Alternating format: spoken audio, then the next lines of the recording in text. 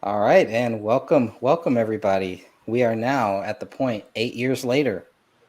8 years later, and here we are, not giving up on this case, and still one of the strangest cases that I've looked into ever, and it'll probably end up like that, I'm sure. But so far, Dan is here. Dan Hinnon is here. Catherine is also here, and I Hello. think Sophia is going to join us here at some point. But Yes, yes. all right, awesome. So what's new, Dan? What have you been up to here? Not much, just making some posts today. I like on the anniversary to make posts on the various justice pages and on YouTube, just to remind people this is 8 years ago. This happened today, and from a personal standpoint, 8 years ago today, I didn't even know David Crowley, and I never heard of the Gray State, and I never saw the trailer. And I was living, you know, 5 minutes away from the guy, so I didn't know any of this. Most of the folks following were fans or whatnot, involved in the movement. 8 years ago today, I was busy with you, Greg, working on the Justice for Phil Marshall case. We were busy on that, working on a case where the husband was shot and killed, the daughter, teenage daughter, shot and killed, teenage son shot and killed, and the family dog shot and killed. So when I got a notification, that a similar thing happened right here in my home state, I thought it was very strange. The person who left me the message was Michael Lurie, who is now passed away as a 9/11 truther. He sent me the message. He said, "Looks like this time they killed everybody except the dog. You may want to look into this." Um, and I looked into it, but I didn't know anything about it at first. I just thought it was odd that the family was assassinated and the dog survived, while at the same time I'm working on a case where everyone was assassinated, including the dog. Um, and so that was the case. But uh, making some posts, reminding people out there that this is 8 years long, uh, and it is what it is. It's not good. I still point people to this book, Greg, The Gray Stage. In Thank you. fact, I sent a couple links today of the book. Someone, a few people wanted to learn more about the case. Where do I go? Where are some pages I can learn more about the case? Where are some websites? Um, and so you send the link, and you remind people that the PDF to your book, Greg, is free. It's a free download. You can read it yourself. There's Sophia now. Hi. So that's what we've been doing today, just sending out reminders, and I keep using the tagline on Twitter, "Justice for Crowleys," Crowleys with an S. And anytime people click that hashtag, you can drill down into the history all the way back from the very beginning on Twitter. Anytime that hashtag has been used, the whole history is there and shows our posts all the way back.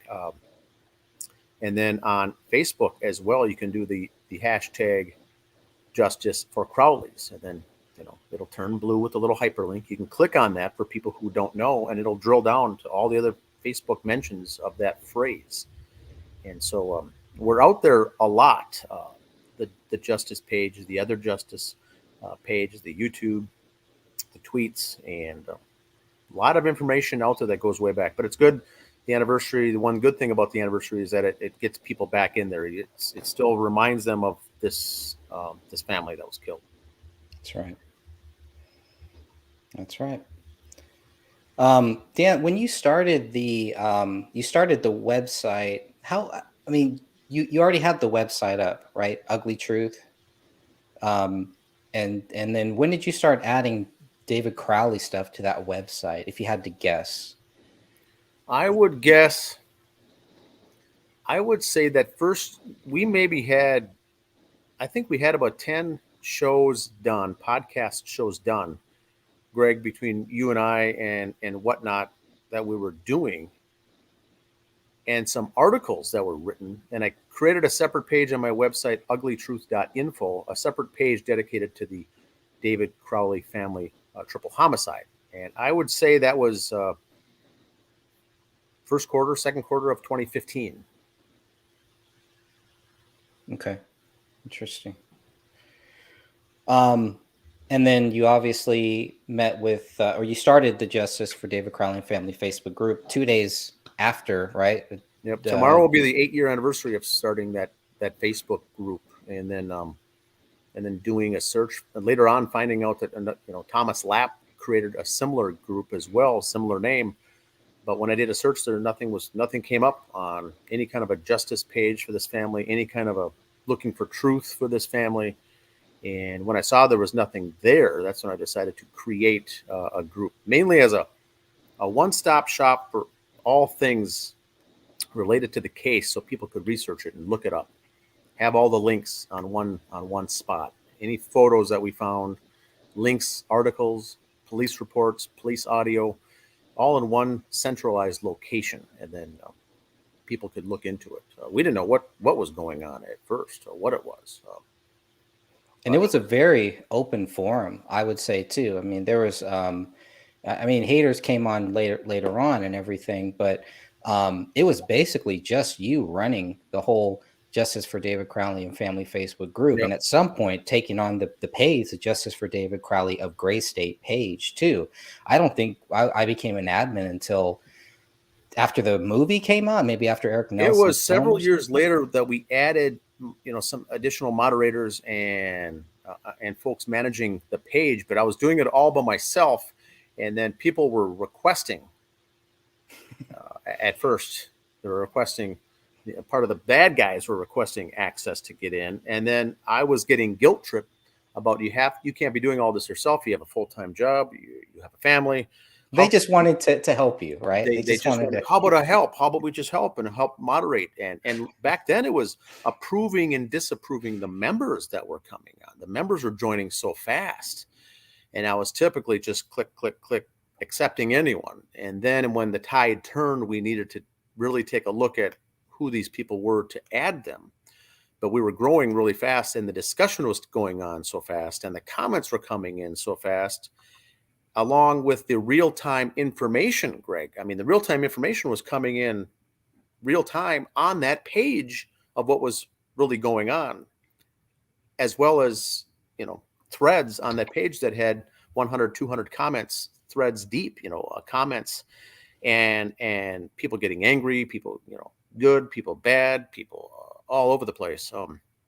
And so it was a lot to maintain all of the conundrum, along with, within a week, it was all the hatred came on too, and the threats and take over the page. We want to dump it. We want to, shut it down. So there was a lot going on at the first while. But once we started doing the shows, writing the articles, and getting the podcasts out there, then I created a page on my website to document this stuff later too, because people were threatening to take down the Facebook page, or Facebook itself was I think at that time banning and shutting down some accounts. And so that was another reason that I had the website to back up everything, because one thing I wanted to use on the Justice for David Crowley and Family Facebook membership, the group, the open, it's a public group, is the files section, where we could have files uploaded, actual files, screenshots uploaded, files of actual data uploaded that I had control over to put out there, and no one else had control to remove or delete. And I was putting links, all the links that were out there, that was all accusing David of doing this, which is, not what any of us agree with, but I was posting anything that had anything to do with the story. I was putting it all together. We had a library, basically a library of everything going on with the case, so people could come and draw their own conclusions, do their own homework. But most people that came to it just thought, what a strange thing. It didn't make any sense. Interesting. I'd like to ask all three of you kind of a question here and see how you all feel about this. Are there any regrets of getting involved in this case? Do any of you wish that you would have never heard of this case and never got involved in this? No. Sophia's shaking her head. Catherine, should go on this one. This would be a good one for her because she went through a rough patch, with her own family by covering this case. Yeah, my family and things happened at my house. I had to actually end up selling my house, and I'm now in a place that it would not be my first choice. But I lost a lot with this case. I had my sister, one of my sisters, we have a large family. She was, is married to a dentist, and she was a dental hygienist before she retired. And when I took this, because when everybody was arguing about the mandible, right? I'm just, I get tired of saying stuff. So I'm like, okay, fine. I'll get the opinion of a dentist, right? Who would know better than a dentist? Well, my sister was so mad at me for sending her that photograph. She didn't talk to me for 2 years. And and then my children they actually said, either you drop the case or we're gonna walk away from you, just because of things that were happening. So the times that I had left the case, it was based on pressure from my children and direct family members. However, do I regret getting involved? No. I'm too stubborn. And once I get my claws into something, and once I know something, there's injustice going on, I'll fight it until I can fight no more. It's just, I don't think I could ever regret it, because with what we have discovered and what we've been able to prove using the evidence basically against the Apple Valley Police Department, to show that David it's impossible, absolutely impossible, the man was a victim. I count that a victory. So I could never be sorry for that. I feel the same exact way. It's, in a lot of ways, this case has made me a better person. I have some really good friends from this case that I would have never had if it hadn't been because of it. It keeps me thinking. It keeps me researching. It keeps me learning new things. And I really second what Catherine has said, because David is innocent. And if it wasn't because of the documents that we fought for, that we sent off for, and waited sometimes a year and a half for, we wouldn't have that information to prove that he's innocent. And this is rock solid. I mean, the evidence is right there, and it's pointing to him being innocent, that he's a victim. So, do I regret this? No. And like Catherine, we've moved numerous times. We put up security cameras. We've had things stolen, broken into. I've had my car run off the road and totaled, and it was a new car. And they never even found that person. Just interesting things happening. I've had my email hacked. We've been supposedly doxxed. It's just stupid crap. And my family members threatened. It's pretty crappy stuff that's happened, but in the end, we're fighting for justice for a person who can't fight for himself now. And, his family's given up on him. His friends have given up on him. I'm not giving up on him. And I think about what Rania went through, her last moments of life, and it breaks my heart. I have a 6-year-old in our house that lives with me, and I have a 2-year-old that lives with me, and I cannot imagine ever having them in that situation. So I will never walk away from this case. Very good. Dan? Same here. No regrets. It's a topic I can't bring up at with family. I can't bring it up with relatives. I can't bring it up at work. I can't bring it up anywhere. It's one of those things that's you've been blacklisted. So hmm my closest friends on this case are the folks in the group, in the justice group. It's all the true folks. Catherine said it best. It's the stubborn folks who have been here the longest. If you have a weak stomach for this, and I'm not talking the case itself, the triple homicide, but the baggage that goes along with focusing time and energy on a case like this, when not many people are on our sides, it's the stubbornness side. I think the types of people that can hang with. The rest will fall by the wayside over time. It's not for the faint of heart. It's a gut check. Yeah, certainly is. Yeah, it's so funny because I'm sorry. Go ahead. No, you go ahead. I'm just going to relate a story. I mean, you look back on your life, like, how did you end up and why did you end up where you are today? When I first started my trek down the medical field, you guys don't understand. I didn't handle that stuff well at all. I remember going to the hospital with a girlfriend of mine. She was having surgery on her knee, but anyway, they had done something and I was in the room and she was screaming because the pain hurt so bad.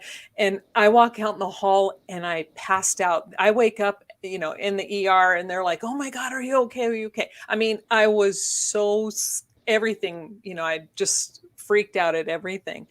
To go from that, and then my life led me down the path of, not just being a first responder, EMT, working in the ER, watching autopsies, I never would have thought I would have ever done that. But when I got to this case, it all made sense. All of a sudden, the path that I took in life, that it was never supposed to be my path. You guys don't understand.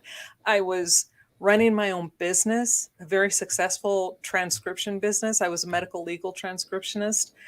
And then from that, I have a very short attention span. I'm sure a lot of people figured this out by now. So I would do that. And then I'm like, okay, I need to do something else. Well, then I became a professional Christian performer. So I was singing for years, competing and, all this other stuff in competition. Going across the country, I did all this stuff, singing on cruise ships. And then to end up here, and then I'm like, now I know why every turn I took led me to this path. And so it's like, not everybody gets to find their purpose in life, but I really feel that those of us, the core group, the people who have stuck with this case, not for clicks, not for popularity, but because we're truly trying to get the world to see that David is a victim. I lost my train of thought. Sorry, it's that. that brain, I swear to God, I can't keep it focused. But I'm so thankful that, I'm thankful for Greg. I'm thankful for Sophia. I'm thankful for Dan. I'm thankful for, even Eric Wilkerson. He's kept there a lot too. This small minutia of people, but look what we've accomplished. And I think that if anything, that if it were possible, David would be thanking us and he would be saying, thank God there's somebody there to back me up. Yeah. I also want to thank the group members. There's so many that email us or send us information or talk to us off to the side and ask us questions and stuff like that, or even the live chats. Those are amazing people too. Right, Jennifer? And, we just, the live chat last week that Catherine and I had, the people in there were so amazing. They were on fire. And they asked so many great questions. And there's a cat cameo. Cat cameo. Yep, one of them. And, it was such a great show. And we literally went on like 45 minutes longer than we had expected because there were so many great questions. So we were just going through them. And it's just, it's not just us four. There's so many people, and we can't do it without them. So thank you all. Yeah, there's as far as the membership on the Justice page, there's roughly 4,000 members on the Justice for David Crowley and Family Facebook group. There's 11,000 likes on the Justice for David Crowley of Gray State community, group as well. And so there's a lot of people that follow this case or have in the past followed it that may have drifted off, but they're still connected to it at one point. Something brought them to one of the pages that caused them to check it out. And I think it's the critical thinkers of all of us that have done that. If you don't have that ability or have that knack to say something doesn't sit right, you're not going to be here on these pages. You're not going to be researching and looking things up and reading books like Greg's book, The Gray Stage, like I mentioned before. This has basically all the answers to this case right there in a book. So the hardest thing I think is for people assuming that what we're doing here by doing shows and podcasts and interviews is that we have a conviction, or we're so convinced that this is what happened, is what frustrates me.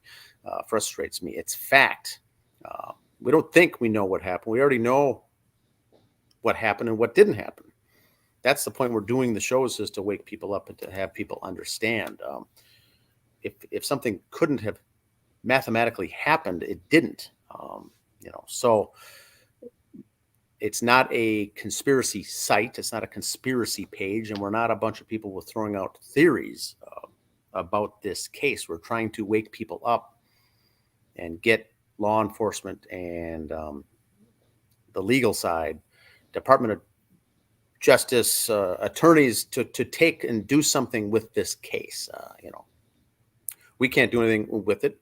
We've laid out all the facts over and over and over and covered all the ground to reopen this case. We know that's not going to happen officially. Maybe it will, maybe it won't. I don't know. But these are not just opinions that we have or convictions that we think happened. We're not pushing, theories of conspiracies. We're trying to educate the world with the homework that we've done, where we already know what did and did not happen in that home. Not everything, but the things that prove the case. Does that make sense, I guess? Yep. Absolutely. And there's something, I want to reiterate to those who are listening is I'm holding on to information that I found. It's in the reports. It's not like I, got anything special, but I'm holding on to it. We have other information that, it's a slam dunk, but I'm not going to release it, because every time I say something, the reins come down harder and tighter. And they've already stopped sending us information. And I know Sophia has stated a bazillion times that, due to the wording in the letter from the city attorney leads one to believe the case has been reopened, maybe in the background. But that's why I'm really hoping that one day we can get an attorney. This is not, once we have an attorney and once somebody who can do something legally, then I will present that information to them. And I'm telling you, once this gets put out there in the public, it's pretty much over for Apple Valley. But, it's a slow process. So please be patient. And, we truly, like Sophia was saying, all of the people who like Joanna, look at her. She's great. Just sending all these comments. People in the comment section, people who support our videos, who show up to live chats, who even watch them and then leave comments. And even if you watch it and you don't leave a comment, if you go to the group and you're reading the reports, all of this matters. Every single view, it just matters. So thank you. Awesome. I have another question for all three of you then. What was the first thing that made you think that this may not be a double murder suicide? The documentary. There's something specific in the documentary, or just after watching the whole documentary? About halfway through, I realized this was a lie. It was their actions, their shiftiness in the documentary. And at first I was like, maybe they're just uncomfortable. But then I realized, no, these are actors. Hmm. And, some of them have been acting for a long time. But it was just the way that they were on screen. They were clearly uncomfortable. They were clearly lying. And there was one version I watched. It was the very first version. And it literally told people not, this was the Netflix version, by the way. And somebody it was near the end, and it said, don't even bother going to the group because it's just all conspiracies and it's going to lead you down the wrong road. And I'm paraphrasing. That's not actually what they said, but they did say, don't go to the group, don't join the group. And I have not seen that version again. But I clearly remember watching that, and I was like, oh, there's a group. Okay, I'm going to that because I might be getting the truth from there. And I immediately went to the group and found it on Facebook. So, but I think it had to have been like either Sean or Mason that said that. And Sounds about right. And it was just, but I have not seen that version again. So I don't know. It clearly was edited afterwards. But this was back in 2017 at the end of December, I believe. I think that's when it came out. Yeah. Mm-hmm. 2017. And so, yeah, that's how I got involved. And if it wasn't because of you, Greg, pushing me to read the reports. Have you read the reports yet? That's all. That was your first question to me every single time I commented. And I resisted for several months. And then when I really buckled down, printed the reports out, started reading them, for anybody who's looking at the reports for the first time, or even now, separate those reports by officers. I'm telling you, it makes a difference. Separate everything, even the supplementals, and put them in with officers. This was a tip given to me by a good friend, and you read it completely different. It's not confusing. And, you see how the stories differ. They vary by officer, and it's like, wow.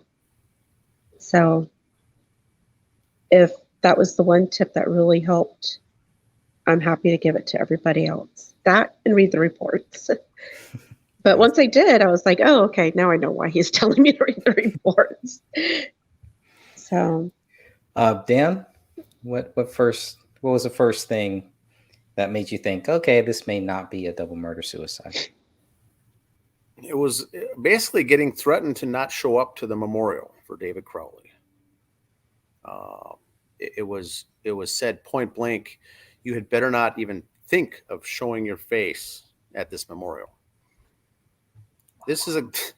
I'm a guy who created a Justice for David Crowley page, membership group, to honor the man. This would be the guy you want to have at your memorial service, right? Now, I wasn't even thinking of going. If it would have been close, I maybe thought of going, but this would be the guy that you would welcome with open arms to a memorial service. If someone created a Justice page for me, if I died one day, that someone never even knew who I was, that's the person I would want to have at my memorial. But when those threats came out, don't show your face, stop doing the research, and for me, it was the smiling guy's photo. I think that Wow, kind of did it. mm-hmm. That was the shot to the gut when someone sent me that photo to say, look what just got posted on Instagram. the day of the memorial. Three guys smiling ear to ear with their best friend and brother murdered horrendously, along with their wife and a 5-year-old child. And That was the gut blow for me. And I've still never heard them, because they will try to come back at things that we say, obviously, but I've never heard them try to put that photo into a proper context. And it makes me wonder why not? Because that is a very strange photo. Dan, how long after the bodies were found did they have the memorial? I think it was the Wednesday, that first same week. The bodies were found on Saturday. I think the memorial was maybe the Wednesday or Thursday. That's super fast. Same week, or was it the following week? It's in my timeline. Yeah, It was quicker than expected. Yeah. You know, I was still the one on Facebook asking, why isn't there teddy bears and flowers all over the front steps of this house like you see with any other case, a real case? A 3 bodies found of a family. When the camera crews get out there for the news, the first thing you see is the vigils, the candles, the 5-year-old dead stuffed animals. That's what you see. Bouquets of flowers. That's what you see. Here was nothing. And I asked someone, because I said, what's on the front steps of this house? Has it been cleaned off already? Was there anything there? And I think the first person who said that they were there said there was maybe 1 or 2 things out there, but it was quickly cleaned off. And I was expecting a whole outpouring of community support and love and flowers and all of this for such a horrendous crime, and there was nothing. I thought I was flabbergasted by that, and felt horrible for the family, the victims, that no one's speaking out on their behalf because they can't speak out. So we ended up doing that, taking on that role because to give them a voice. All right, Catherine, what was the first thing that made you think that this was possibly not a double murder suicide? Well, I would. It was kind of 2 things. The first thing that caught my attention was when I was watching the I like the term sloppumentary. Sorry, it just fits. When I was watching that, it was the very end when Dan Sr. was reading that little portion, I guess it was of David's journal. And it was just the look in his eyes, his face. I just go, wait a minute. This man doesn't believe what he's saying. And so from there, when I got a hold of the autopsy reports and I started reading those, I'm like, no, this doesn't fit. The autopsies do not say the same story that the police were giving and that all of the newspapers were giving. And that's when I knew. Because up until that point, I was still, maybe people just don't understand and maybe I could help them and explain the, medical mumbo jumbo. But the moment I read the medical report, I knew. And it was over. It was like, and I haven't looked back. Very interesting. There was something that before I get to that, there's some good comments, and thank you everybody for joining us in this chat. I know we didn't give any notice or anything; we just decided, this was the right day, the right time, and thank God all of us were able to connect here, and thank God everyone here in the chat and everyone who will watch this later on. God bless you all for caring about this case, such a tragic case, I think. And so here we have Buzzing, and I am sometimes a lurker. I always try to comment, and thank you all for your convictions that David was not a murderer. I'm truly convicted in that myself. That's really, that is such a key point, because it always seems like the people who just want to believe David Crowley is guilty can never really give you anything. Even the cops, which I would expect, I don't care what everybody else thinks, but the police, the investigators, they should be able to articulate why David Crowley is guilty. looking up just going back through some things, because I wanted to look up some of the police reports and what they were showing here. And I'm going to bring this one up. This goes back, this is actually from the Minnesota BCA. So hopefully everybody can see this okay. But this is in the 485 page document on page 21 here. And this deals with the only known thing that shows where the Hennepin Medical Examiner's Office, in a press release, is stating that David died of a suicide. Okay, I mean, even in the medical examiner's autopsy, they don't really say that, right? But here they actually do. This was given to the Apple Valley Police on January 25th, 2015. So they received this here. And they state that David Crowley died of a single gunshot wound to the head and a result of a suicide. And it's always curious how they could look at the body and how the medical examiner could come to the conclusion that this was a suicide. That David, I mean, how is it any different than any of these other shots that we're seeing? I think they got the shots right. I don't know if they should be speculating on the other things, especially when we can see what is the difference from what they find with David's wife, where it says she died as a result of a gunshot wound to the head. Again, a gunshot wound, not two, but a gunshot wound, just one, as far as I'm reading there. And then Ranita, died of a gunshot wound to the head. Here you have 3 shots. And this date is very important when they get this.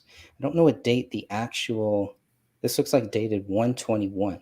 This is after they have found that other bullet. But it's very interesting to me. And I'd like to get your thoughts, everybody's thoughts on this as to why, like, what is the difference? What could they have found in the medical examiner's reports that would be any different to show that, well, Kamel and Rania died of a homicide, but David died of a suicide? Well, a lot of times, and this is part of the problem, is the medical examiner's office and the deputy coroners who go out to gather the information oftentimes will rely on the police officers and their expertise and what they saw when they first got there. We know clearly that the ME was not there long enough to really, if she was searching for a true cause of death, she would have been there a lot longer than 45 minutes. So that tells me there was some communication going on and they'd already decided. So, and that's kind of what's frustrating because, like you said, there's nothing in those reports. How would they, how would they know? Because they all have gunshot wounds to the head. Who do you know? You just don't. And that's, I don't know, it's frustrating. Is that normal, or should the medical examiner even be going that far to speculate? Well, this was a suicide. Suicide based on what? Well, and that's just it. They're relying on what the police officers are saying, and we don't know. Let me just toss this out as a possible idea.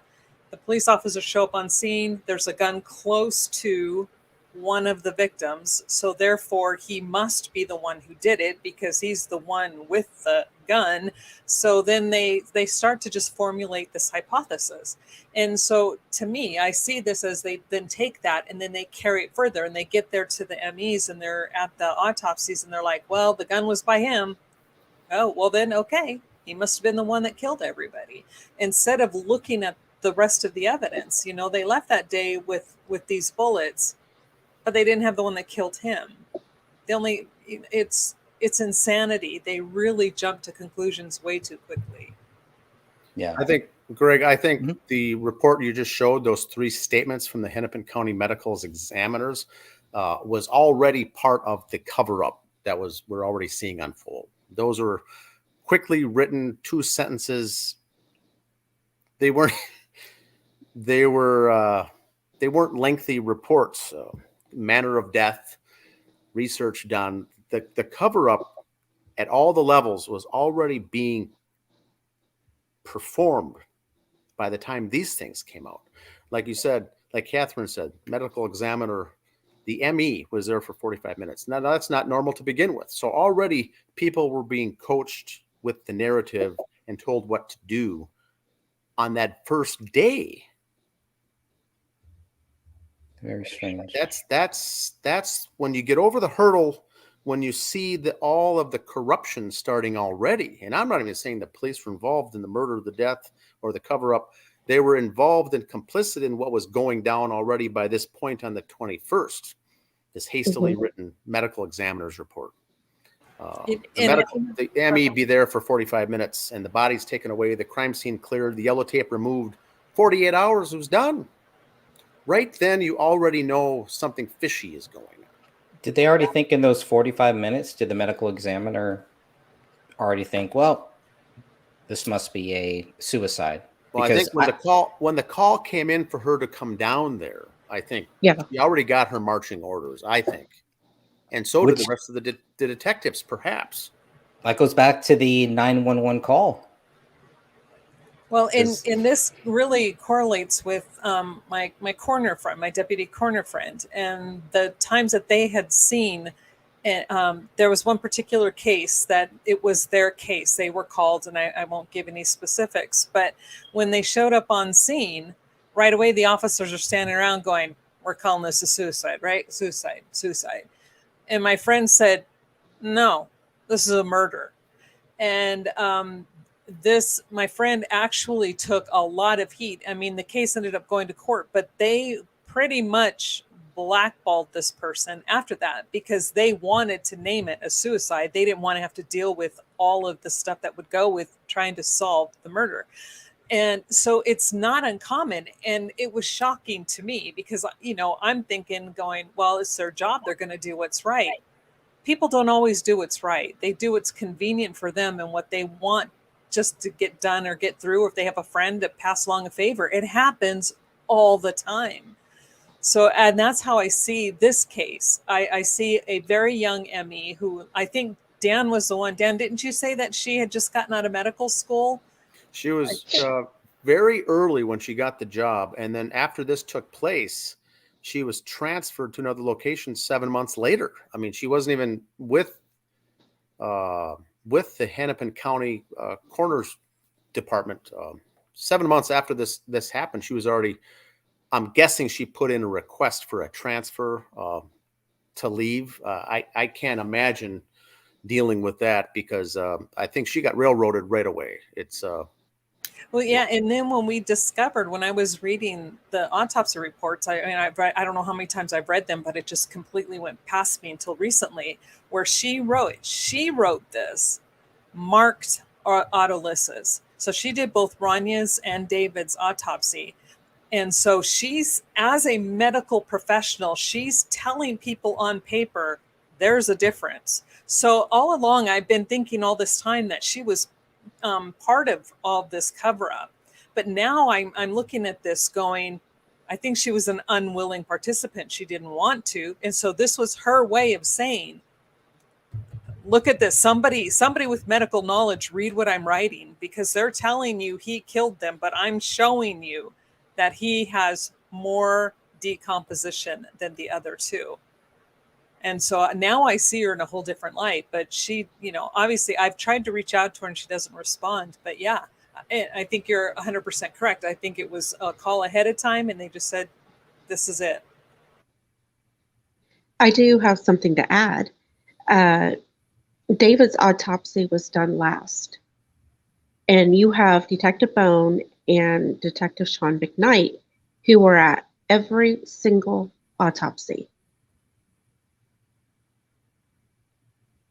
So I guess you could just take with it what you want from that.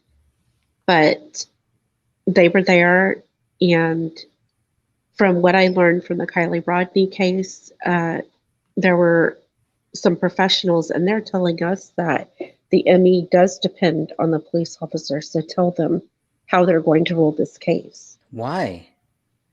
Because Why? they're the ones that are first on scene. They're going to see Yeah. stuff the ME doesn't see. So Yeah, they but really rely on that.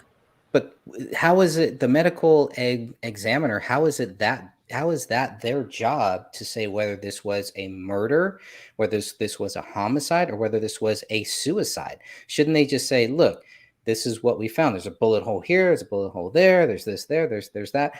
They're not investigators, right? They are if they are examining this, then just examine it. Don't give us faulty conclusions. That's my. Catherine, you're muted. Oh, okay. Sorry. It's okay. Thank you. It's okay. But in a way, which see, I didn't interrupt you then, right? I was it worked out great. I'm sorry, it's a bad habit, you guys. Please just tell me to shut up. I won't get offended. Go for it. But they are investigators. They do rely on not only what they find in the body, but what they see on the scene, and then the information they get from those first responders, the officers, medical personnel, whoever happens to be there, whatever the scene is.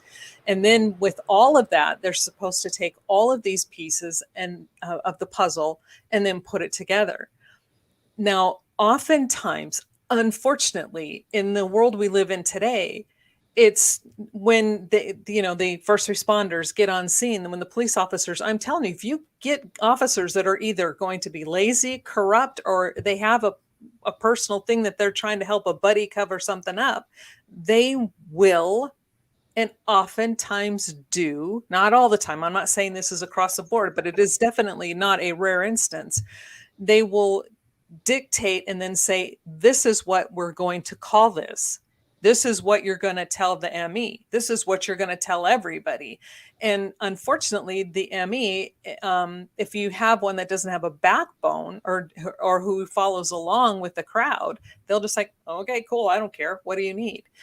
But unfortunately, the more I'm looking at this case now, especially this one, when I'm looking at Dr. Lelinski, and especially after I read that, I really saw her as she was in a place she didn't know how to handle it.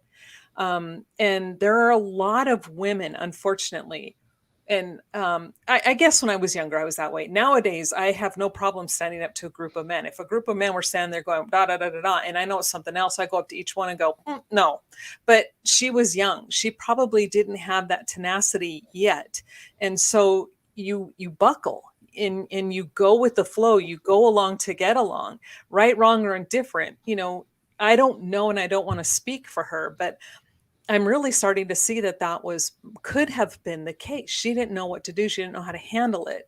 So she has all of these police officers standing around her going, it's a murder-suicide. He killed them. He killed them. And so the only thing she could do is write in her report, I don't really, she's like thinking, I don't really think that's the case. I have to write that because that's what everybody's telling me I need to write. But I'm going to put this other information in, and maybe somebody down the line will get it. Yeah, I think she was 27 years old, and this is the same age roughly as two of the victims. I mean, Young. this is a young gal, I think, that meant well and was, like Catherine said it probably best, I think that she was an unwitting participant in all this. It reminds me of the JFK, John F. Kennedy, President Kennedy autopsy, when they did the autopsy of the body. And they brought in a person who never did an autopsy in his life, and they brought in a person who's done autopsies but never gunshot wounds in their life. And they were circled by a bunch of guys that said, yep, this is what it looks like. And they had to be kind of cave. Well, okay, I guess that's what the answer is. And so this is what reminds me of this.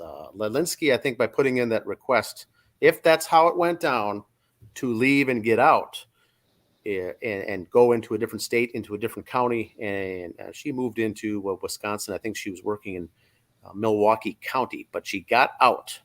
But you're right. If there's pressure from above and you're trying to think, this is my career, I put all these years into going to medical school, I'm not gonna push the envelope. I'll go along with whatever they say. Now, I also do feel, as Catherine said too, when you show up on the scene, you're told the information from the officers, the first responders who were there, and they did, I believe, 100% think when they saw what they saw, that David shot himself, done deal. So that part I think was all authentic. They did forward to the ME and the assistant that came, the two folks that came. That is what they thought happened, and so I think they honestly thought that was the case, and they told her or him or both of them that's what happened. But I think on the way down there, the call is probably more than what happened. Is something came to let's rush this up and let's close this. Let's close this up, because then at that point nothing went according to protocol at all, and everything was shut down. Oh, and you bring up a really good point, Dan. I hadn't even thought about that. They pre-decide, they're looking at what they think is obvious evidence. They right away we knew within 2 hours. But by the time the evidence and the reports start coming back, it was too late to backtrack. They had already told everybody and made multiple news, announcements that it was a murder-suicide. So when the evidence starts coming in to prove that they're all victims, what are they going to do? He would look incompetent. That police department would look incompetent, and they're not about to have that happen. I had never thought about that. So that was a good point. Because we have that. Oh, sorry. No, go ahead. Well, we do have that news article where they say that the chief told him that the journalist that the decision was 2 hours into the case. Well, the detectives weren't even at the house at that time. So, and then they removed the gun from the house before the ME even got there. They had removed everything, all the guns. So, I mean, she didn't even have the gun in situ to look at to see that it was upside down and, just placed on the wrong side. The bullet is on the entrance, or is it the exit or the entrance? The exit on David is up here. On the left side, right? On the right. His exited on the right. He was shot in the left. And Kamel was shot on the right. No, I need to double check that. But overall, what you're saying, no, Sophia, you're right. I'm sorry. She's correct. Right. It's the situ that it wasn't in, and so even with the crime scene photos, the only photo we see of the gun is sitting on a table in the living room or in the next room. It's sitting there in a photo of the gun sitting. It's not where it was, and so right away things were being moved. And what they say is we need to clean and clear the site, make sure it's safe. So they got rid of the weapons, they got rid of the guns. The first thing they got rid of was the gun. Well, then you already start contaminating the scene for when the others slowly get there. The detectives eventually get there. Like you say, the autopsy's done, and then the lab reports come back 4 months later. The other reports come back 6 weeks later. Another analysis comes back 8 months later. All this takes time. And the question is, if they had the answer and you said the answer, there can only be two reasons for the response for the police department to dig in their heels and say, this is what it is. One is to save face, like Catherine said, and most departments will do that. They will never, very rarely, backtrack and say we made a mistake and apologize. Is that for legal reasons, you think? No, I think in the law enforcement community, very rarely, unless you get pressure higher up to reopen a case or to go back and backtrack, you're never going to do that. The folks that I've talked to said whatever you go with, whether it's right, wrong, or indifference, you're not going to go back, because the whole point of the department is to have faith and trust, the public's faith and trust in you. So you're not going to go about issuing apologies and saying you've done something wrong, something was done incorrect. That's just an inbred thing going through the school, the college, getting the degrees. You are a person of trust. Public needs to trust you and the department. Right. So it's not saying it's kind of your thin blue line. Once again, it's that unwritten thing that you all go together to get along, to make yourself look good. And that the higher ups, the captain, the department, the sergeant, the captain, the police chief, are always going to protect It's a chain of command thing. If they're always going to protect those beneath them, and all the ones beneath them have got to always support the people up above, and you're not there making waves. You're not there to go against the chain of command ever. It's Right. very like a military. Sophia could probably mention, it's very, the police, law enforcement is very much chain of command like military. You report up, and those people is who you report to, and you don't say otherwise. It's not like Catherine, you and me and Greg working normal jobs where we can disagree with our boss or disagree with our supervisor or say to your people two levels up above you, no, I disagree with that, or I challenge that. It may or may not be wrong, but I challenge it. Police, that's something you don't do. Military, you don't do that. I challenge that. Look it up. I don't think that's right. Those are things you can never say in those two fields. The rest of us in a normal job, you can contradict or challenge your boss anytime you want, but those fields, it's a very different animal. So one thing is they got backtracked and couldn't backpedal, and couldn't at that point to save face. You don't want to give yourself a black eye to the department, much only after saying that the community is now safe. Remember, they went out of their way to say that there's no suspects at large. The community is safe. Now it's really hard to walk back a statement like that.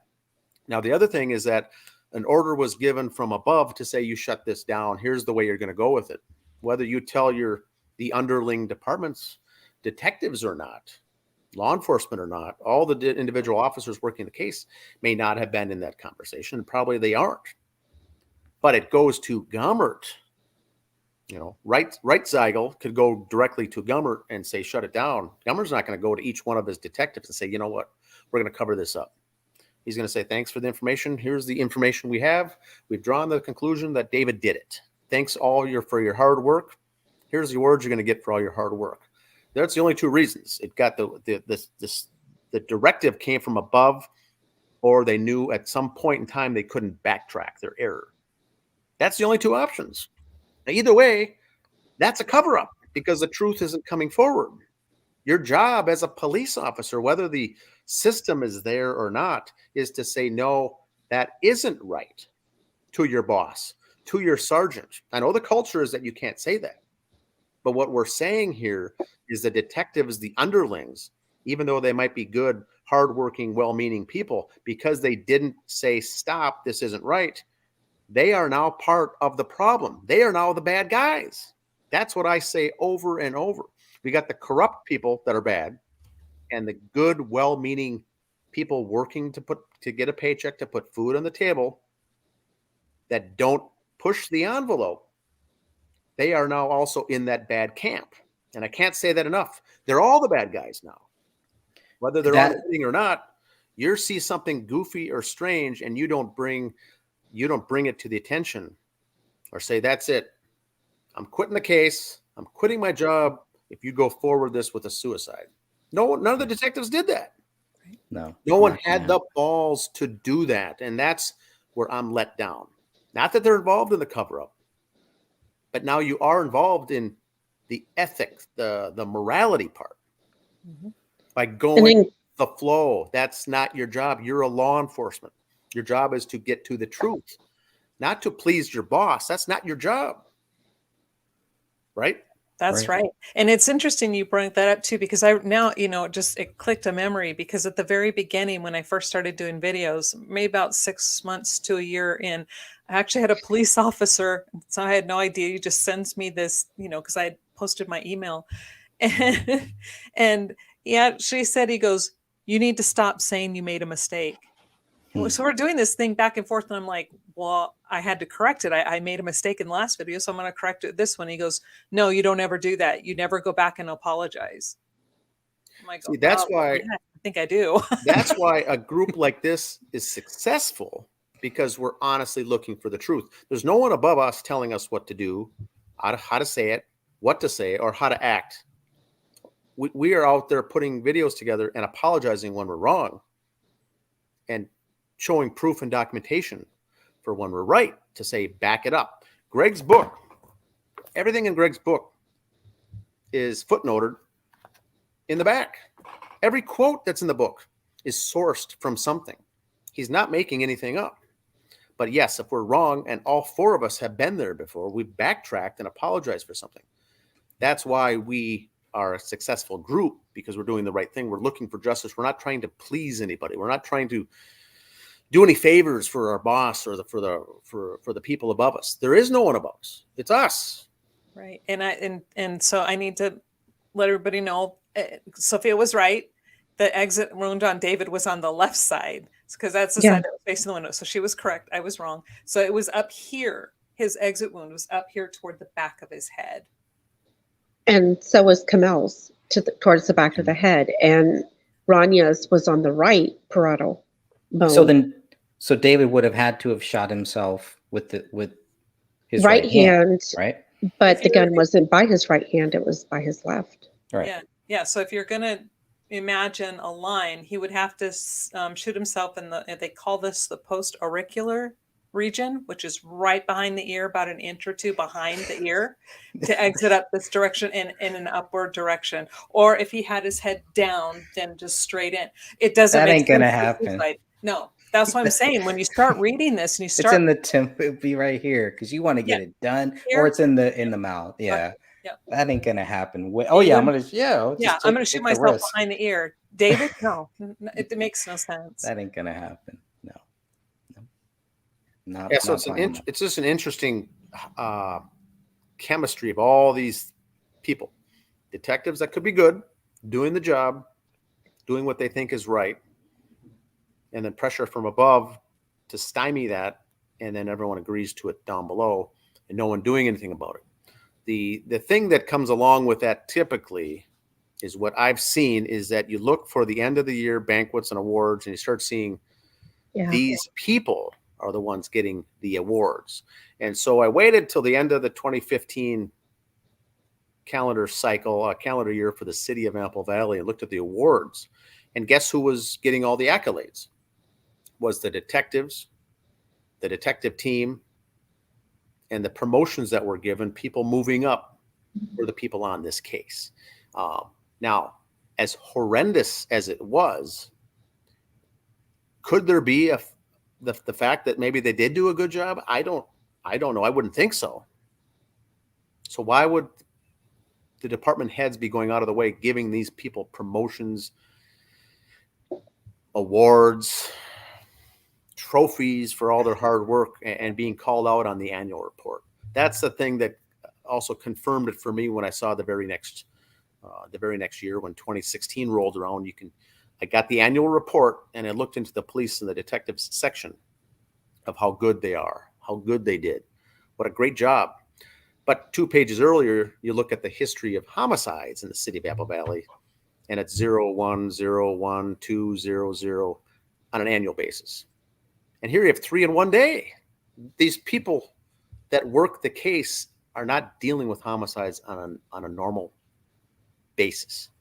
First thing you do is you call for help. Who's the agency above that could assist us with this? This is over our head. But then you get that whole ego factor once again coming in, that, you know what? Well, let's try to do this ourselves. Let's solve it ourselves. We're not going to call those guys in. We're going to look like wimps. We're going to do it ourselves. Well, you're setting yourself up now in every way imaginable to look bad. And that's what happened. So the only way to get this out is as these people, as the detectives start retiring, leaving the force, is to get them to come forward, do some interviews, even if it's anonymously. Do some interviews when you're no longer on the record, you're no longer under the domain of anyone above you to drive that. Now, then again, you could get pressure with your pension, your benefits, your retirement. Didn't you actually contact a former police officer, Dan? And then he was going to say yes, but then turn around and said, "Oh, nope, talk to somebody," and they said, "Don't." Yes. One of the years, I think it was 2017 or 2018, I looked at the annual report and I saw that a couple officers had retired. They had a big going away party of retirement, and one was on the case. One was the first person on the case in the scene. Dr. Broughton, I think, saw the door ajar. It was the very person that saw the door ajar, slightly ajar in the back patio with his own eyes. I contacted him and said, "Can we sit down for an interview at a coffee shop, and I just want to get your thoughts on seeing the site. What was it like? I wasn't going to ask him what was the smell, the horrendous smell of that house, but what was it like coming across a scene like that? Now you're retired. How does it stack up against everything you've done in your career? What was it like? What are some of your thoughts on that? He says, I could meet at a coffee shop, meet for some coffee, talk about some things. And I said, even if it's on or off the record, as far as an interview, I was just interested to pick his brain. And it was a couple days later, he said, I talked to Officer Gummert, and he said, please don't contact me anymore. We're not doing any interviews, and please don't reach out to me again. So all of a sudden the tone changed. The tone certainly changed from a nice guy, very interesting, looking forward to meeting you, going over some of the cases, going over the case, to no, we're not going to do it. I was told not to do it, and please stop calling me. It almost sounded like he was insinuating that I was stalking him or something. It was literally like 2 emails, but the tone changed. Now my question is, why did you go to your boss to begin with? You're not working there anymore. You're not working. You're retired. Why are you making a phone call? Now this is once again, Sophia, you may know the chain of command. He had to feel the need to go make this call to say, hey, is it okay if I do an interview? I'm off the case. I'm no longer with the force. Can I do it? And the person obviously said, no, you're not going to do the case. You're not going to talk anything about this case. Well, now I have really a bunch of questions. Why are you calling to get approval when you're retired? And why is someone telling you, if you're retired, not to talk about a case when it no longer impacts you? All those are red flags to me. And don't contact him, and make sure you don't contact him ever again. Well, that's odd, I think. Many police officers serve 25, 30, 35 years, have an outgoing farewell party, a big blowout party, and then they go on to do multiple interviews of what they did over their lifetime, the cases they've been on, Joe Kenda kind of stuff, reminiscing all the years they've spent on the case. This is a simple interview, but it was with me. And he said, no, you're not doing it. You're not calling him at all. Call him and tell him you're out. It's all that he said. It was short, it was abrupt, and he hung up. I have nothing against the guy. Once again, he's compromised by someone up above. Someone told him, I don't know. I don't know what was said, but the tone sure changed. Yeah, and John Broughton, he was one of the guys, the first responders. And I did a whole chapter about the people, the police officers who were first there. They're not even detectives, right? So they're just kind of there. Good point. They're not a detective. I'm not asking him about the detective. I wasn't going to interview him about the case itself. I just wanted to interview about what was it like coming on a case like that? What was it like getting that call? What was going through your mind when you entered, the house? Yeah. Basic elementary questions from a patrol officer. He wasn't a detective. Right. Good point. That's the person that I would want to hear from, because he's one of the first people there that walks into that house, that goes into that house, like dog those are barking. the people, dog barking, all of that stuff. And so reading the reports of the first responders is so critical. It's so crucial. It really helps you understand, based on their reports, what they went through when they went into that house. Then you have the detectives, you have the BCA, you have the captain, you have the chief, all these people that are kind of like killing it, right? It just really seems like there is something very different from the people from the police officers who first went in that house. Yeah, he would have had a very authentic, very authentic. It would have been an honest reaction. Yeah. An authentic reaction, because no one would have gotten into his ear by that time as a first responder on the scene. The later people that showed up, yes, I think they had either instructions what to do, what not to do, or an idea of what happened, planted once again by what the first people said happened. So you already know what the answer is. But the first people on the scene, I think, are the most most important for an interview like that. Now, I'm certainly open to having him call me back or to do an interview down the road. I think he's still one of the good guys because he didn't know anything different.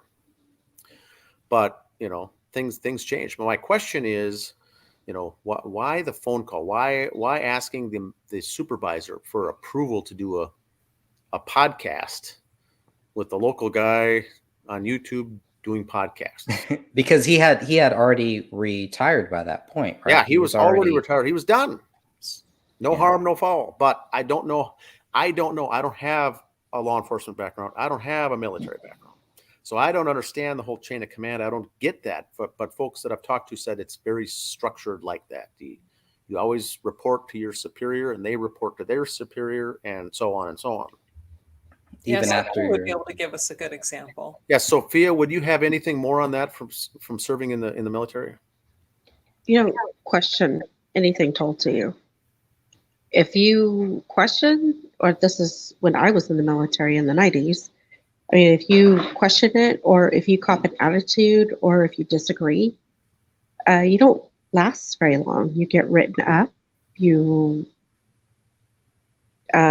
They really give you a hard time.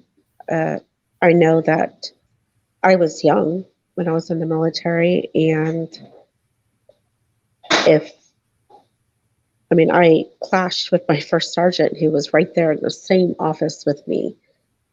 She didn't like me. She let me know that from the very beginning when I first stepped onto that base. And it was a very difficult couple of years. And then I got transferred, thankfully. But, I wonder how things would have been if I was a little bit older, more mature, basically. But anyway, you just don't question it. If somebody tells you to do something, you do it. And that's the culture. That's why it's also successful, very successful culture, because it's you're dealing with young people coming up, young people coming into the role, young people getting into the military, and they don't want to wreck it. They don't want to wreck their chances and screw anything up. They don't want to get into, quote, trouble. So they go along. Law enforcement, same thing. You're young. You're a young patrol guy coming in after getting your degree. You don't want to cause trouble. You want to move your way up through the ranks. You want to be good. You want to be awarded. You want to be rewarded. And you do what you're told. You're not there to push, there's not a lot of shows like the Rambo, the wild, the gunslinging, stud police officer, because that's not the case.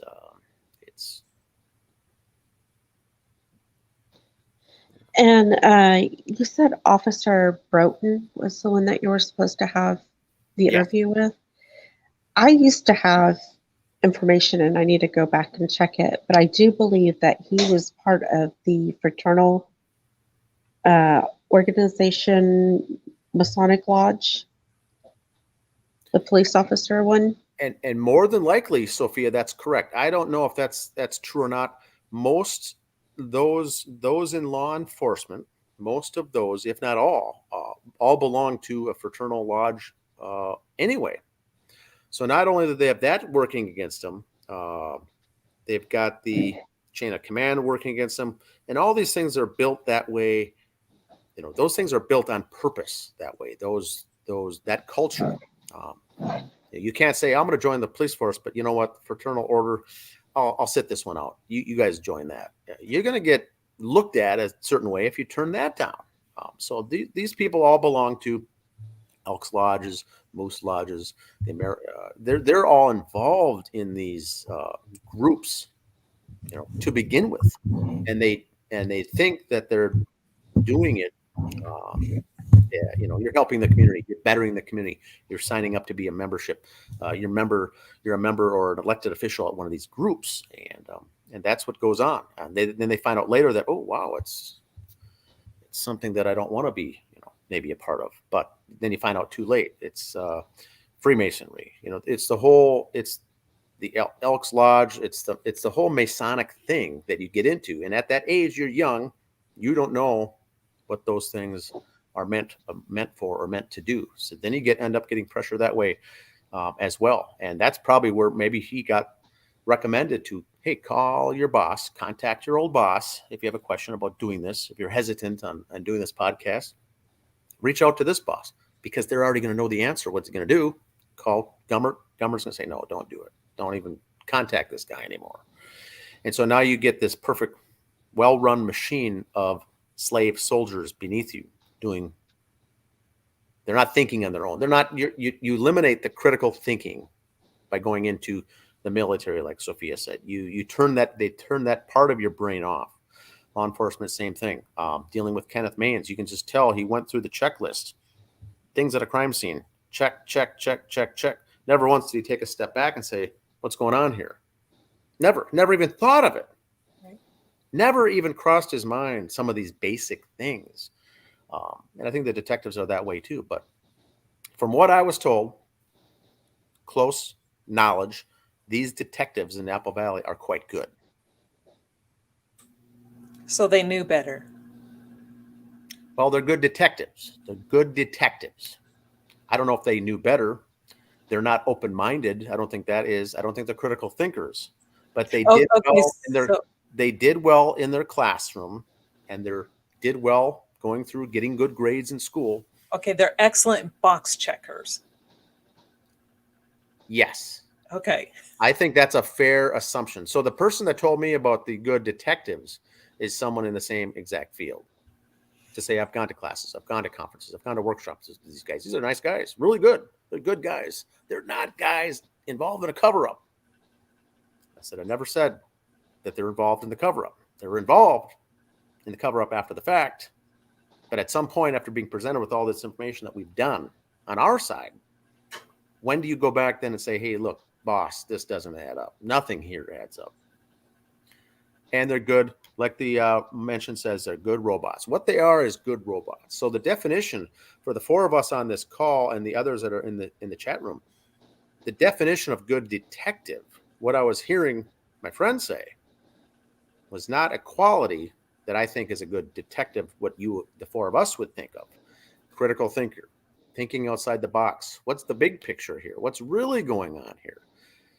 Are they good at box checking and taking the class, getting the A on the test, going through getting good grades in law enforcement academy? Maybe they are. They're probably really good at that. Would they be someone I want investigating my murder? No, not at all. But are they nice people? They more likely are nice people. Nice people and being awake and being a sheep is two different things, as we all know. Very, very true. One thing I wanted to bring up here is I want to share this. So this is where it all started right here. This is on page 138 of 485. So this is the first press release that calls it, quote unquote, suspicious deaths. And this is where there were a few of the early news reports. That's what they were basically saying. Well, these deaths are suspicious. With the Phil Marshall case, Dan, it was kind of the same thing. There were even the coroner. He was like, these deaths are suspicious, but that doesn't mean that what the police are saying isn't true. But this was a very interesting one here because they're just saying, they're making it very, very clear that the deaths are suspicious. But then in the second one, it has that same title here. But they want to make it clear that the police, there's no public threat, there's no threat to public safety, et cetera, et cetera. I mean, how do they know that? Why would they come up with that so early on? One day later, everything has completely changed, but the subject line hasn't. Now, by the third one, everything is kind of changing. Well, yeah, they're suspicious, but they pretty much have it all solved here. But No. in that first day, there's a lot of confusion. At least I was very, very confused just reading this. Going, If we could get someone on the chat room or someone to call in, I'm not sure. Maybe how they use the phrase "suspicious deaths" is that a common bucket something falls into if they don't know the answer yet? All the four of us think suspicious deaths. Wow, suspicious. Why would you write that if you already know the answer? But I think it might be in law enforcement, the way they do a press release, they may pick from a couple drop down menus of what do you want the title to be for this, and maybe that fit. I think that was bad, but you have to look.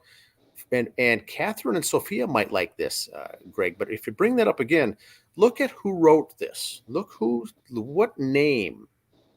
And we looked at this very early on, and I think Catherine and Sophia came onto this case in around 2017. But if you look at Captain John Bermel's background, I would encourage you all to go look at his LinkedIn page, what he's involved in and what his background is, and some of the groups he's associated with. This will tip you off to what we got going on here. Look up his background. I will. Hello? I think I will definitely look him up. Look into the things that he's involved in and the groups and the different fraternities that he's associated with in some of the different cities in the U.S. and some of the think tanks he's involved in. And then you'll start to see, I'm not saying CIA, I'm not saying intelligence, but there's things like that have different names to them, but follow under the same kind of suit. He's a leader in a bunch of these things, and he went back to school to get his theological degree, and he's a pastor, minister, priest type of a person as well. Now, the person that told me this said a lot of the infiltrators in law enforcement, in the industry of law enforcement, you'll see them come up through the ranks of theology background, church. They're being the chaplain in the local town when accidents happen. When a car crash happens, they call on the local chaplain. Usually that person is that point person to make a decision on how things look right away. And usually of all the pastors and ministers in the town, the chaplain, the one that gets picked up to take on this role, which is like a promotion, a cool thing to have on the resume, is typically not your gatekeeper, but that answers for things that happen usually start from this person. Bermel's a good guy to look into and an interesting cat to look into, because after these first three press releases went out, everything else came from, I think it was Chief Reitzeigel. Bermel's name was not on anything after these first three, as far as I know. We heavily looked into his background, because the folks on the page back then, when we were looking into corruption in Apple Valley, went right away to either Reitzeigel, which could have been, he's the one who gave that Fox 9 News with Leiden with the red face, lying through his teeth, obviously was not giving any authentic anything in that interview. He was sweating giving a simple interview to Fox 9. So it's above him. Reitzel's the one who's compromised and throwing him under the bus. But it starts with Bermel here in this case. Hennepin County has corruption. Dakota County has corruption. Apple Valley, and these guys do. And so there is issues there already with these guys. Now, are the detectives at the low level good, honest, hardworking people? Maybe they are.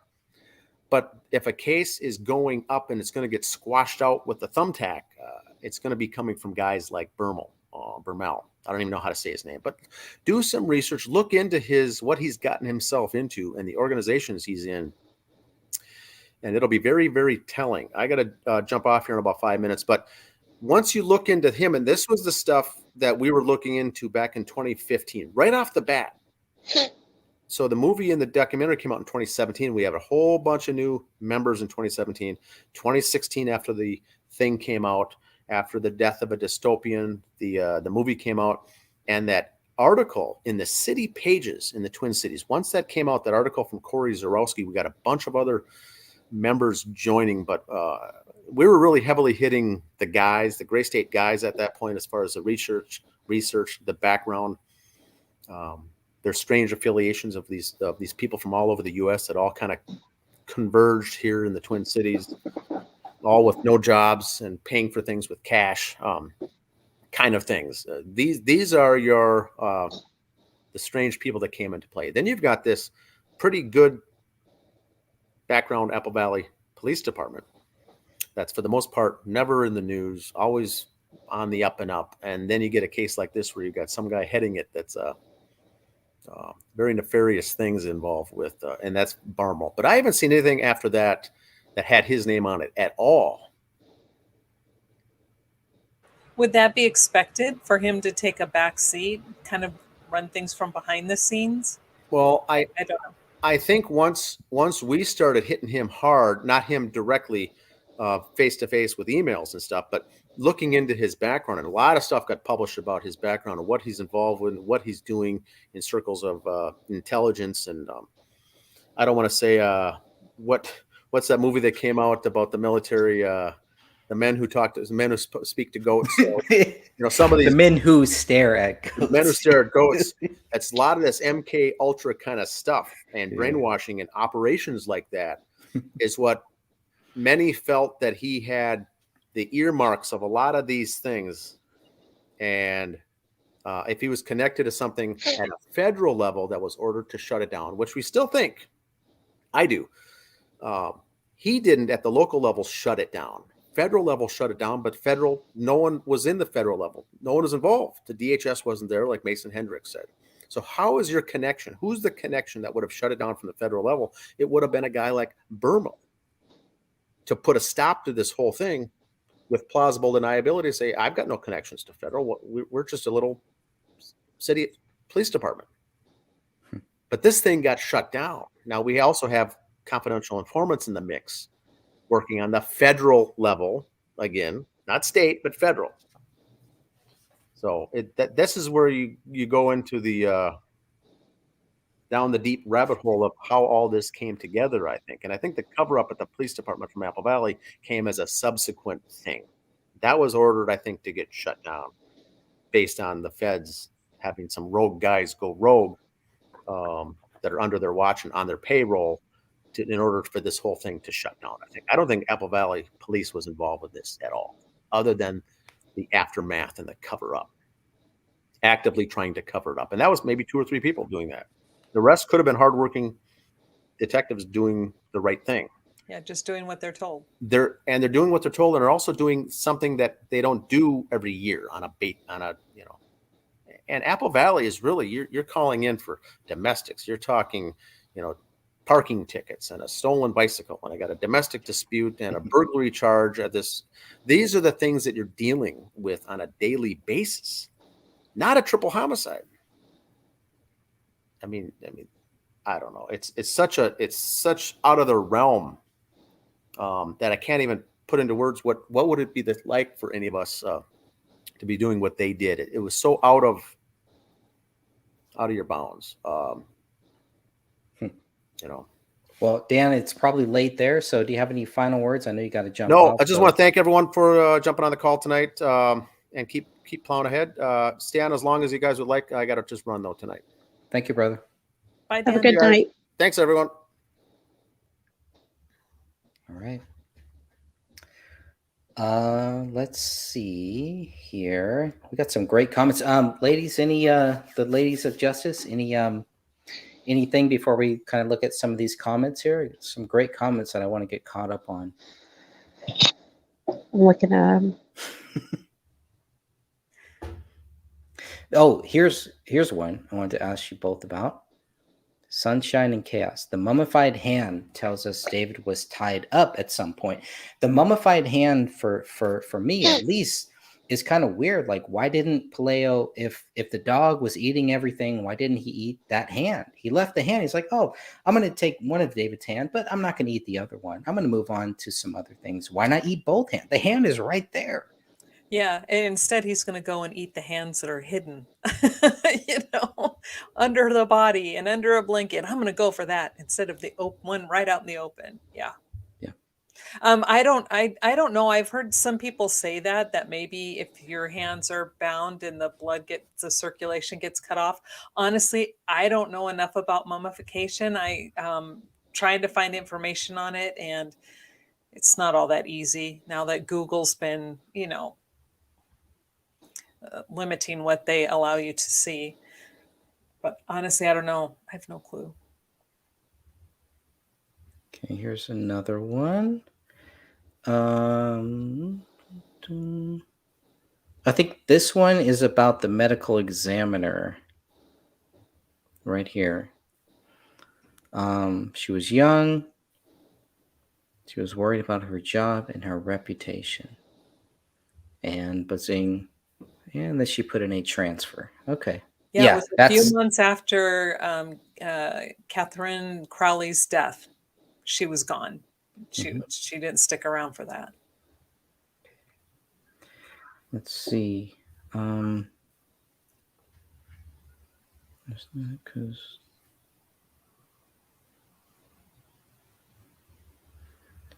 See this one. Oh, here we go. In the Army, they say you never leave. Is that true? I didn't hear that. I mainly heard that when you work for the government, you never leave the government. For people that want to stay, they want to stay in the Army. They want to stay in the government. Well, you're mentally still loyal. I haven't been at my job for years, and I will still stick to the the NDAs and the confidential things that they ask you. You sign away. I would never think. I just couldn't. And it doesn't even matter. It's like it's so many years later. It doesn't even matter. But I still, yeah, that's true. That's true. You're still there. You're still loyal. This is a bad. Okay, because I worked for a company. I worked for a coffee company, right? I worked at a coffee shop, and I worked at Starbucks. At Starbucks, they would make you sign this waiver that said you couldn't talk about anything. I'm like, I'm signing an NDA for Starbucks for coffee. But I have never violated whatever they have me sign. I was like, I don't care. Yeah, see? This is probably a little more serious, but let's see what other. Oh, here's a good one. Judy should have gotten the plaque, then they went to her there and didn't budge. Right? They should have gave her the award. You're so true, Sunshine. Oh, it's like she's the perfect patsy. You know what I mean?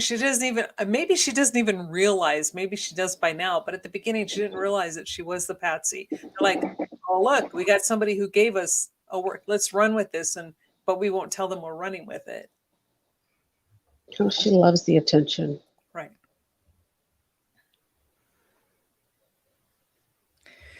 Were they executed? When you talk about David, he had to shoot himself here in the back of the head instead of just putting it right here or putting it here. If he really wanted to make sure that he was able to kill himself. And you look at the entrance wounds or the exit, we look at these three bodies. Were they executed? Looks like to me they were. Yeah. Go ahead, Sophia. I mean, I cannot explain how the gun got to its resting place, especially if he shot himself on the right side and it went out through the left parietal bone. And I know I said that wrong. I'm sorry, Catherine. No, you said it right. Yeah. And then we have the bullet hole for supposedly it's the bullet hole for item 57 that is supposed to be connected to David. It's off to the right and to the back. So it's going from west to east, I believe, Catherine? Yes, the bullet direction, yes, west to east. Yeah. It's in the exact opposite of where the bullet came out of David's head. Mm-hmm. So either he was shot someplace else and placed there, which you don't see high velocity blood spatter. So that makes sense. or that bullet was planted there, or that bullet has nothing to do with his death. But I mean, don't really know. There wasn't skin on there. There wasn't hair on there. There wasn't No blood. tissue. No blood. It was DNA, though. We don't know if it was saliva. We don't know if it was skin cells. But it was so tiny that they had to replicate it hundreds of thousands of times. So, I don't know. You know, here's the beauty of this entire thing. If you really think about it, Apple Valley never gave a scenario.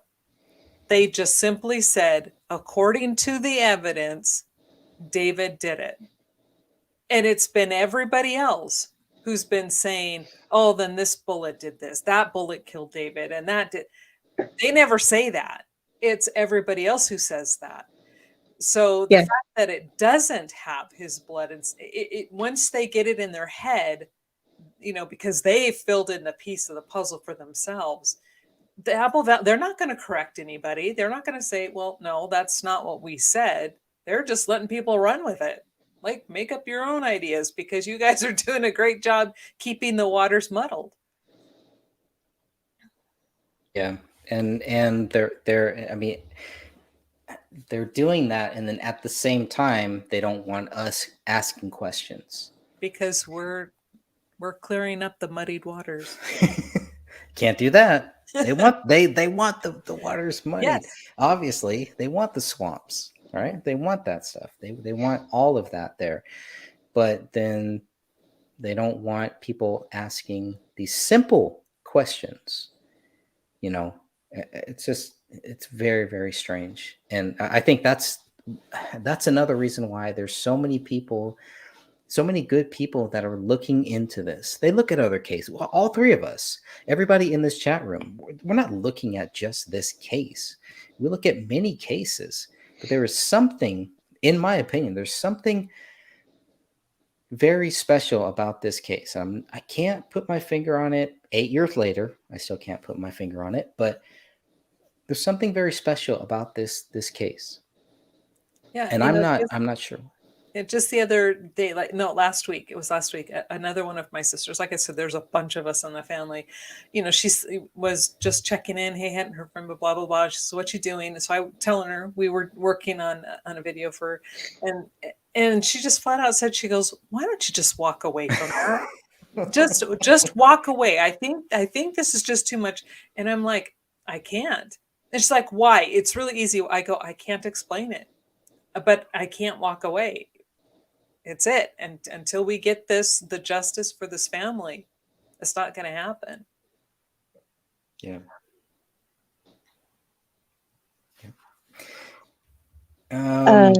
Go ahead. Tasha says, hello, everyone. Anticipating updates on the new book release. Greg, would you like to take this one? Yes. Tasha, I've pretty much finished doing everything I need to do. Yeah, we're all done. We're waiting for Greg. It's all on me right here. Yeah, the Bullet Club. It's right here. It's on the Bullet Club. Point your bullets right here. For all that, yes. So I want to do this right. And I want to make sure that everything is done right. And there's some other factors into it, but just the whole, Catherine has been a huge help with the whole editing process and teaching me things and helping me re-understand things, even things that I knew when I would ask Catherine about certain things, and she would tell me, you know, why you do things when you're writing a book. It's like, oh yeah, that's right. Okay. You know, it's not necessarily things that I didn't know, but she has also showed me things that I did not know. But Catherine has been a big help at looking at how to make this book the best that it can be, because we want to make this book the best that it can possibly be. So she's been a very big help at just making sure that we get everything right with, you know, these chapters, as long as people are okay with her looking at some of these chapters and as long as she has time for it. But this book is going to be, I'm so excited. I have to take a few steps back to make sure that this book is done right. I don't want to just put it out there and then we have to go back and we do a second version because of whatever typos or grammar things that I missed, et cetera, et cetera. Even after the book is done, even after everybody's chapter is done, it has to be formatted. Then I have to go and I have to go back to the sources to make sure that the sources are formatted right. So this could be in the summer is what I'm looking at now. And you know what? It could be towards Christmas time too. So it just depends on all of the different chapters. I believe almost everybody has their chapters in. So I'm really trying to stay focused on that, on the different chapters to make sure that we have everybody's chapters and everybody agree and everybody likes the final version of their chapter once they see it in a version that is made for this book. As long as everybody's happy with it, then we will move forward with it. But we still need time to make sure that every author has a copy of the book so that then they can see, so they can read it. And if they have any edits that they want to make after that, I still want to leave that open. The book is never done until it's published. So that's why I'm like, this book is going to be so awesome.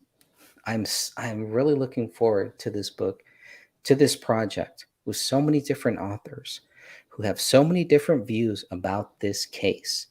And there are so many things that you're going to see. Each chapter is its own book. Each chapter is going to cover a different topic. And I just want to make sure that it is the best that it can be. I don't want to let any of our authors down. And so I'm not going to set okay, it has to be released on this date, because I've tried that and I failed. I could not follow through on that date. And so that's kind of where we are at this stage in this book, as far as the written book. But this is going to be a great book. I think this book, for anybody who is researching this case, anybody who has read my first book, even if you haven't read the book, I think you're still going to get a lot out of it, and you're going to be caught up on everything that we have been doing and on a lot of the main things. I don't want to give away some of the first chapters, but I think if you read the first couple chapters, I think you're really going to be hooked on it, and you're going to see that there is really something wrong with what we were told about this David Crowley case. I don't know what else to say without giving everything away. So sorry, Tasha. And I sourced everything too. So Yeah. Yep. That's what really makes it hit home with my Well, chapters. that parallels, the parallels chapter was just, that was, I really wanted to make sure, and I know I sent it to you, so I hope you can, I will. We'll go back through that, but that is a very challenging chapter. There's so much in there, it's almost like a mini book in itself. Yeah. And I actually took a few things out of that one too, because I couldn't source it properly. And some of it was similar to other parallels. And then it was 19, well, when I was writing it, the notes were, God, I don't even know, like 40 pages or something. But when Greg formatted it, it turned out to be 19 pages. Which is still a lot. That's a lot. Yeah. So anyway, I really hope people do like that chapter. And then Greg still needs to go over the DNA and the blood spatter. So got those chapters too. But Greg disappeared. He's gone. So it's getting super late. Yeah, it is. We've been on here like hour and 45 minutes almost. Mm-hmm. Yeah. So when he comes, we just have everybody. We have to wait for him to come back because he controls the show. I do appreciate everybody in the live chat.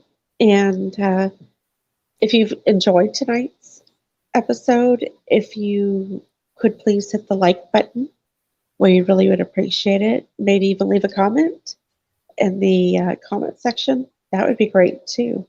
Yeah, it's really important. It's great. I mean, I'm looking at this on a separate laptop. The Mhm. comments are amazing, but it's really important to leave comments down below too. It's the YouTube algorithm. Yeah, so hit Yes. the like button and drop a comment, even if it's just something simple, or more questions, or even reiterate what you wrote in the chat section. Just put it down below in the comments. It would be great.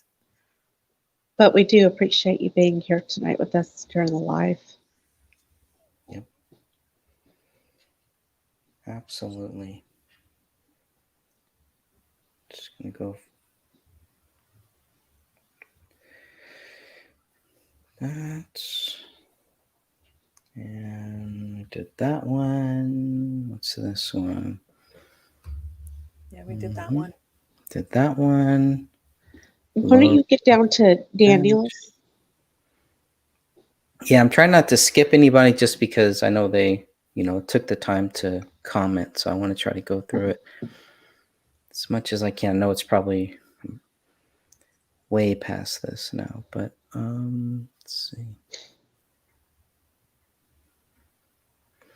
Good Robots, I think was. Let's see.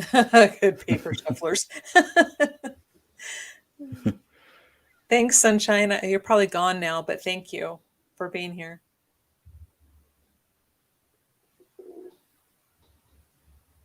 Absolutely.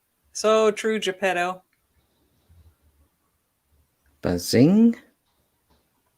Really? Oh, That I didn't know. Yeah, see, no wonder Dan's saying check him out. Thanks for pulling that up, Bazing. That's awesome. Yeah, so I know they have a new chief. I can't remember his name, Nick something, but so they have a new chief there. I was looking into him. Yeah, I sent him an email and sent him all the stuff, and he ignored me. What else is new, right? Well, when did you send it? Probably about 3 or 4 months ago now. Okay, well, if they reopen the case, they are going to ignore you.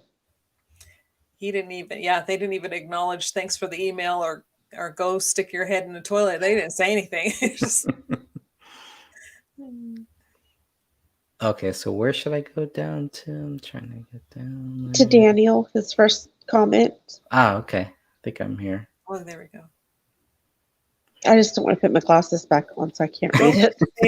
On the fence about this whole case. Maybe not a fair question, but what is your biggest gut check that indicates his family was murdered by someone outside the family? Oh, that's a good question. That's a great question.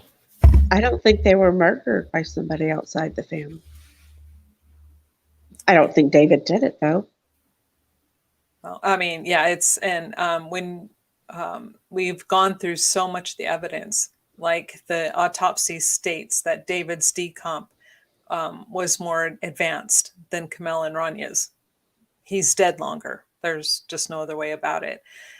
Along with other things, it's evident he didn't do it. The gunshot entrance wound is on the right side. It had to have been on the back of the right side because of the exit wound on the left. The gun is laying by his knee on the left side. So we have that. We have mold on his liver, I think. Was this internal? Or was it? It was just, I'd have to go and pull it up again. But both David and Rania had internal mold. Kamel did not. Mold takes a little bit longer to grow. So there are just so many things. Along with the mummification, too.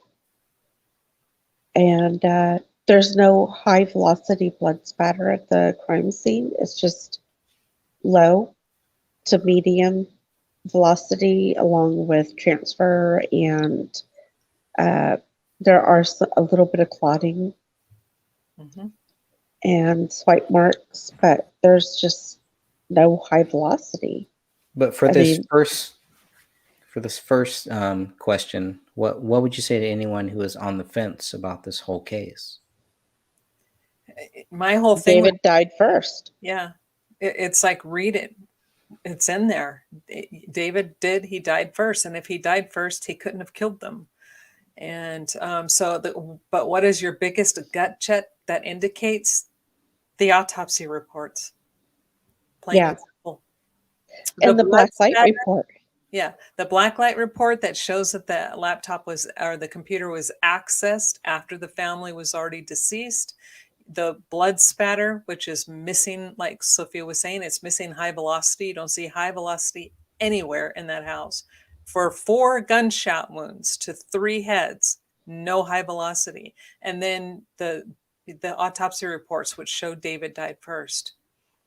There you And have the it. blood on the inside on the magazine, on the inside of the gun. Yep. That's a big thing for me. Yep. Passive blood drops that were never tested. Yeah. And exactly, this is another thing too, the no fingerprints on the wall. Now, if David were doing this, he wouldn't be disguising his fingerprints. That would be ludicrous. If he had supposedly snapped, he would just be doing it, and they would find his prints. He would find his DNA in that blood mixture on the wall, but it was just Kamel's and no prints. Yeah. And if he was bleeding before that when he touched that magazine that all those bullets are supposedly connected to and put it in the gun, he had to have used Kamel's blood to write on the wall with his hand. Mm-hmm. He would have had mixture, Yep. blood mixture in that wall, and they did not detect his blood whatsoever. Yep. It was only Kamel's. Indicated as female. So, thank you, Joanna. but the fact that they didn't test the passive blood drops just bugs me so much. Mm-hmm. Yep. Me too. Ignorance can only last so long. There will come a time when they just can't avoid seeing reality. That's what we're waiting for. If they really care, right? Mm-hmm. Trying to keep up with the comments. I know I can't. I'm trying to make just sure I keep- get all of them. I can't get all of them. Oh, I can see it better that way. You guys have this is a fantastic chat room. You guys are amazing. All three All of of my my dog. pleasure. Yeah, that's why I just don't see his hands sitting there or the toes on their feet Mm-hmm. that are exposed.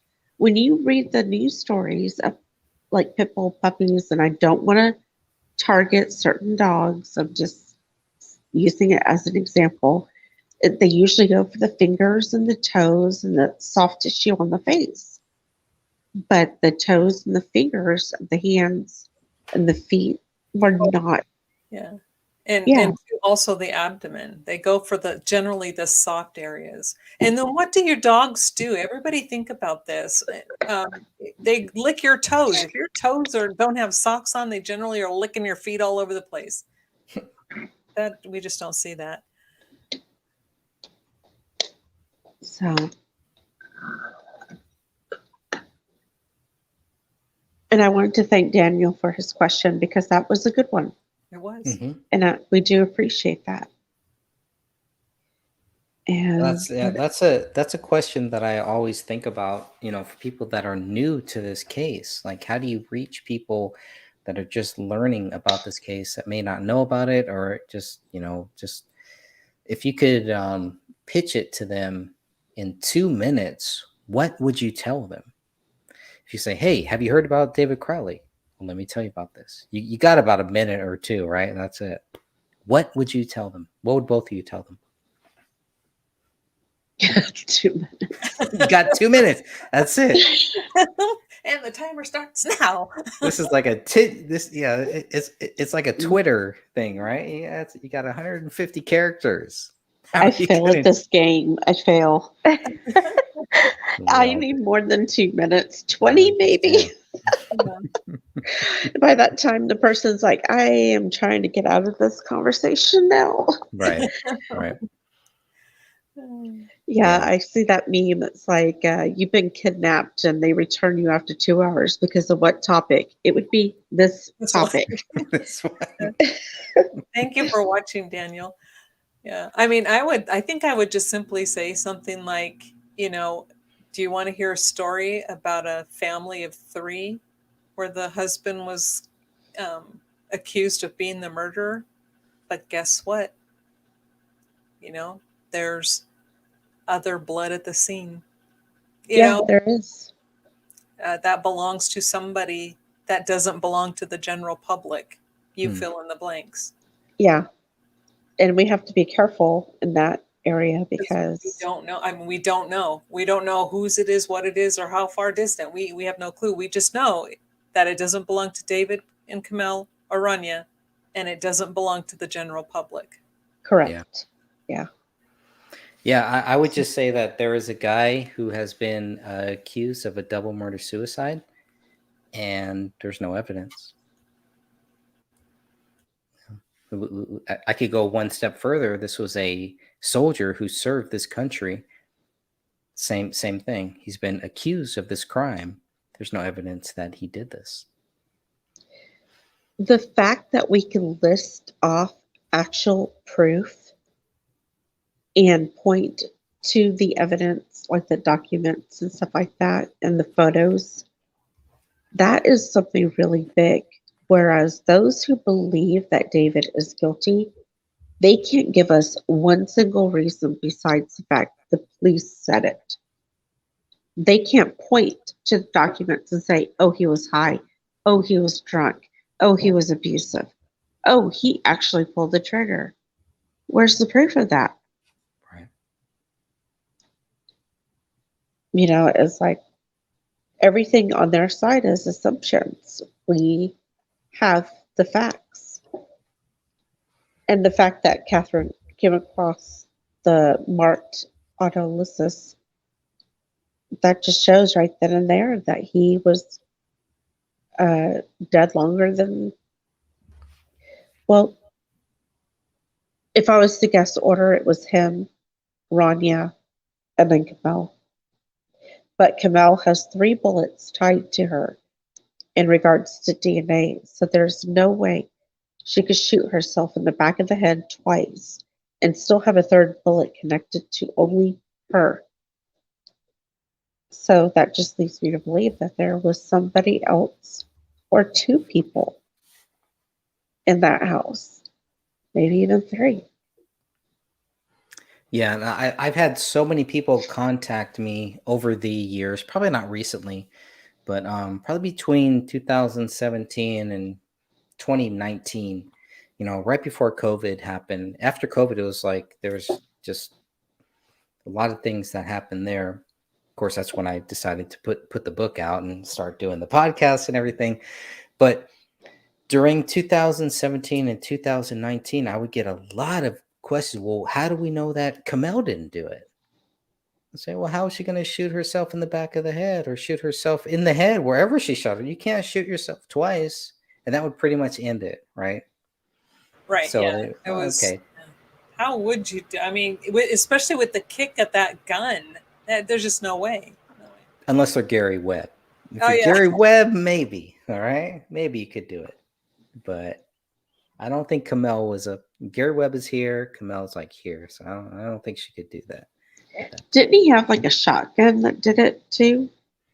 That I've never heard that. I don't know. I don't know about the shotgun, but that would be even less. Well, I mean, then we're in like Kurt Cobain territory there. So, Well, this is an interesting one that I've heard. If you don't know who Mike Salvi is, it's funny that Geppetto does. I've done a few videos where Mike Salvi interviews David Crowley Sean Wright is also there. I think Mitch Heil is there too, around 2012. So there is a great interview. If you've never seen the interview with Mike Salvi and David Crowley, where David Crowley just kind of pops up, it is one of the most uncomfortable interviews, aside from the Joe Sayward. No, not Joe Sayward. Is that the guy? Eric Sayward. Eric. Aside from that interview where David Crowley has his wife and his child in view while he's being interviewed, where he didn't really know that he was going to be interviewed or anything.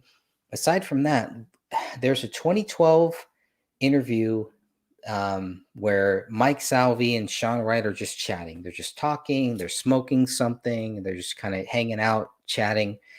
And David Crowley walks in. He's obviously there. And they ask him a couple questions, and you can see it is just very uncomfortable. So if you haven't seen that, you can compare that to the interview with Sayward, right? And you can see that there's some people within the quote unquote truth movement and the Ron Paul revolution, while all that is happening, which a lot of us got caught up on. And there's a lot of weird things that happen then, and a lot of strange people that claim to be about truth. And when David Crowley dies, where are they? Where is Mike Salvi? Where is Sean Wright? Where are these guys? Where is Stuart Rhodes? Now, Stuart Rhodes at least came out and said, hey, we want to make this movie happen after David Crowley died. Stuart Rhodes came out and said, we want to make this happen, blah, blah, blah. And then we find out that there's a lot of other things happening with a lot of these people that David Crowley knew about. Not saying that he was friends with them or anything like that. David Crowley, there were a lot of people that surrounded David Crowley that were not real people. There were a lot of informants. There were a lot of people, from my view, that wanted to gravitate towards David Crowley, to what he was doing. And I believe David Crowley, the reason why we have this team, why David Crowley was trying to separate himself and to create this new team, is because he may have realized, and I'm sure you both probably know this, and a lot of people watching this and listening to this know this too. He was surrounded by people that did not really care about the gray state, or did not really care about what David Crowley wanted to do. They were just leeches. They wanted to leech off of him. They wanted to just, hey, if David Crowley is going to make it, I want to make sure that I'm part of that thing too. And the crazy thing is, these people, after David Crowley died, they were quick to say David Crowley did this, right? They were gung-ho about everything David Crowley was doing until he died. Did not even question, well, maybe he didn't do this. No, we're not vocal about it, right? They want to act like they are so brave about anti-government. They're going to stand up to the government. They're going to stand up to all these things. They're going to stand up to the New World Order, but they will not stand up for David Crowley. They are full of crap. These are not real people who care about the truth movement. If there ever was one, which I don't believe that there really was, these people do not care about David Crowley. This is a slam dunk case. All the evidence is right there in front of their face, and they are not speaking up like us. And some of them went and they hid in these shadows. Some of them came out and they said, oh, these people are crazy. They don't know what they're talking about, et cetera, et cetera. We've done the research. We've looked at the documents. These people could do the exact same thing. I don't know whether it's their sponsors, whether it's the people that are sponsoring them to do what they do on YouTube. I don't know what the case is, but for whatever reason, they are remaining silent on the David Crowley case. And you have to ask yourself why.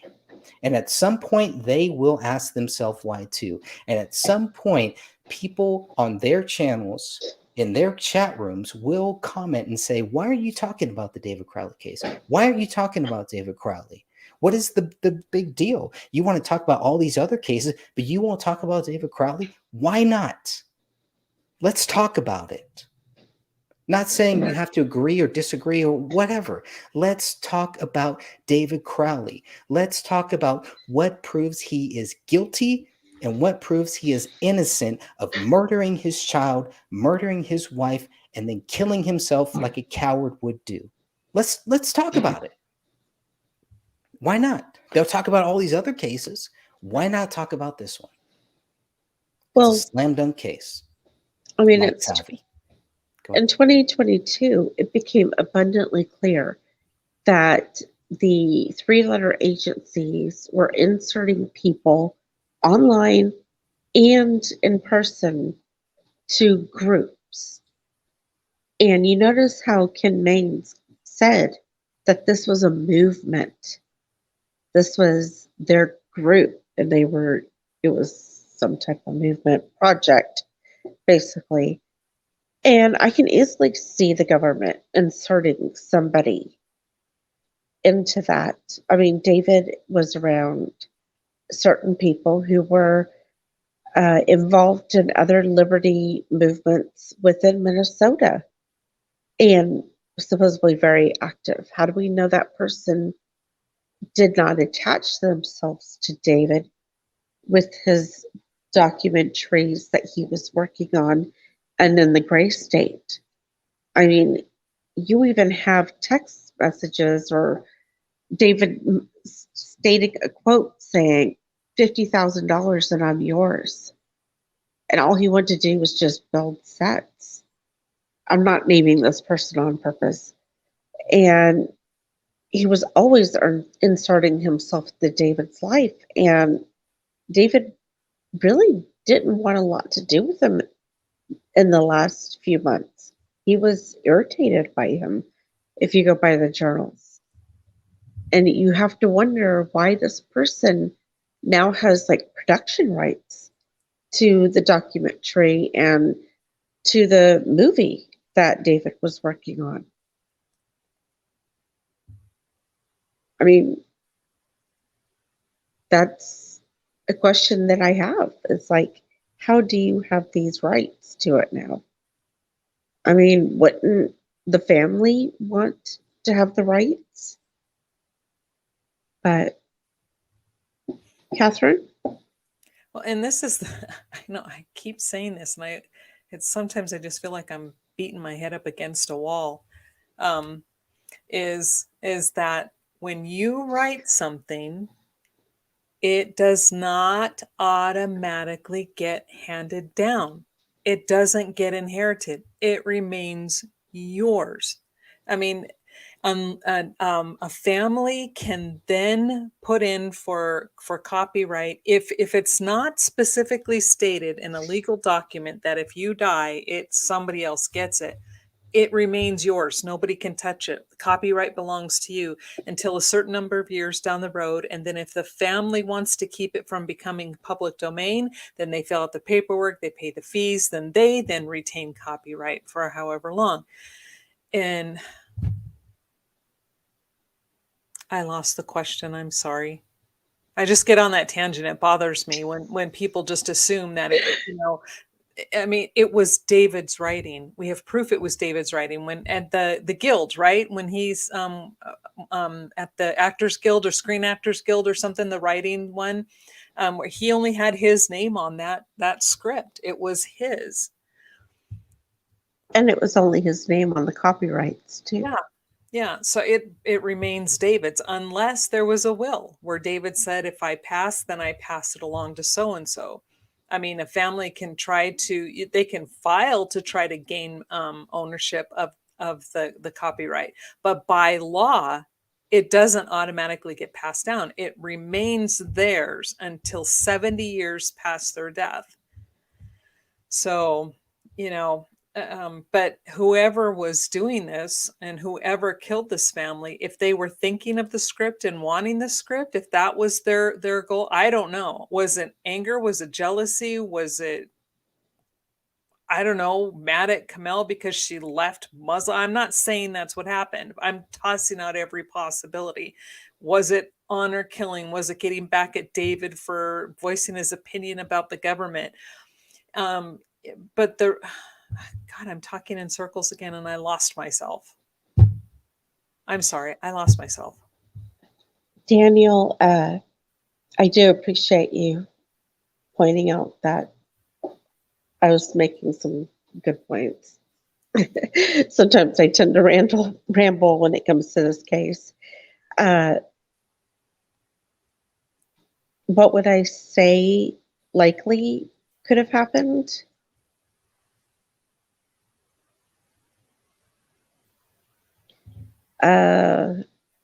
Not sure I really could get into that without an attorney. I'm not trying to make light of it. I think it was somebody who had a lot of anger. I mean, 3 bullets to Camille. That's a lot of anger. They were all hollow point bullets. You just needed one, especially where she was shot in the back of the head. And then the overstaging of the crime scene, the way that they wrote the Allahu Akbar on the wall in blood, and then tore up the Quran on the ground. It just seems like they had a lot of hatred and anger. I really don't even know if this was about the movie. It could have just been a personal thing.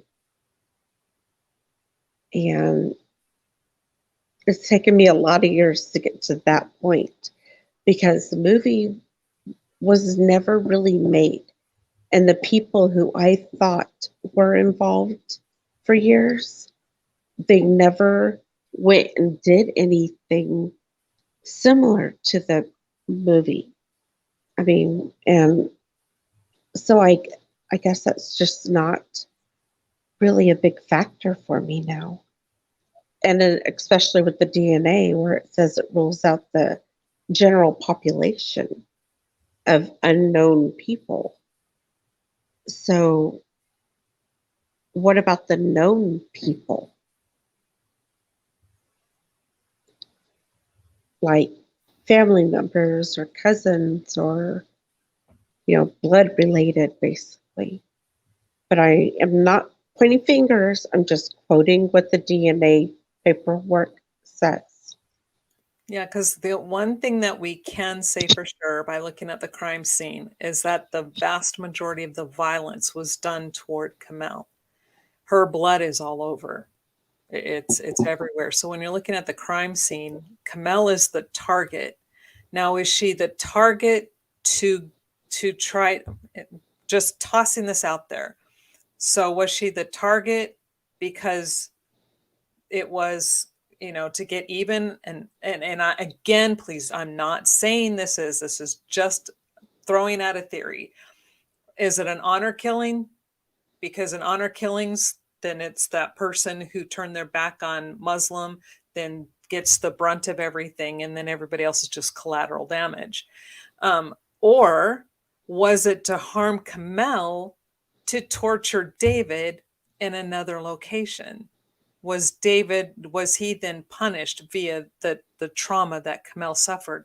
We don't know. There's no way for us to ever know that. That's something the police really needed to look into, but they didn't. But look at the blood tests, look at the blood analysis reports. And when you see things like David and Rania, there's, when you start doing these comparisons, David and Rania are grouped together a lot of times in a complete separate section from Kamel. It's like those two and in her. But when it has, a mixture of 2 or more individuals matches Kamel, David and Rania are excluded. And then another one, it says single source DNA, female matches Kamel. Well, of course, then David and Rania will be excluded. But when it comes to those where they say 2 or more individuals, David is excluded, Rania is excluded, Kamel is included, and they have excluded the general population. That only leaves one group of people left. And that's not us saying it. That's the blood report saying it. So, but they didn't test anybody else. And they should have. When they saw that, they should have found a way to get samples from somebody to rule out the otherwise known, the unknown being the general population, but the known, relatives, let's rule them out. But they didn't they did not take that step. Huge failure on their part. Yeah. What was the Right. one where, was it Ranya's bullet, where it had her DNA, but Kamel and David were ruled out, but there was also unknown DNA on it? I believe it was. I'd have to pull that up. I don't remember. Hands. And, Correct. okay. And so you have unknown DNA, and I want to go back because I want to quote this correctly. So bear with me just one moment, please.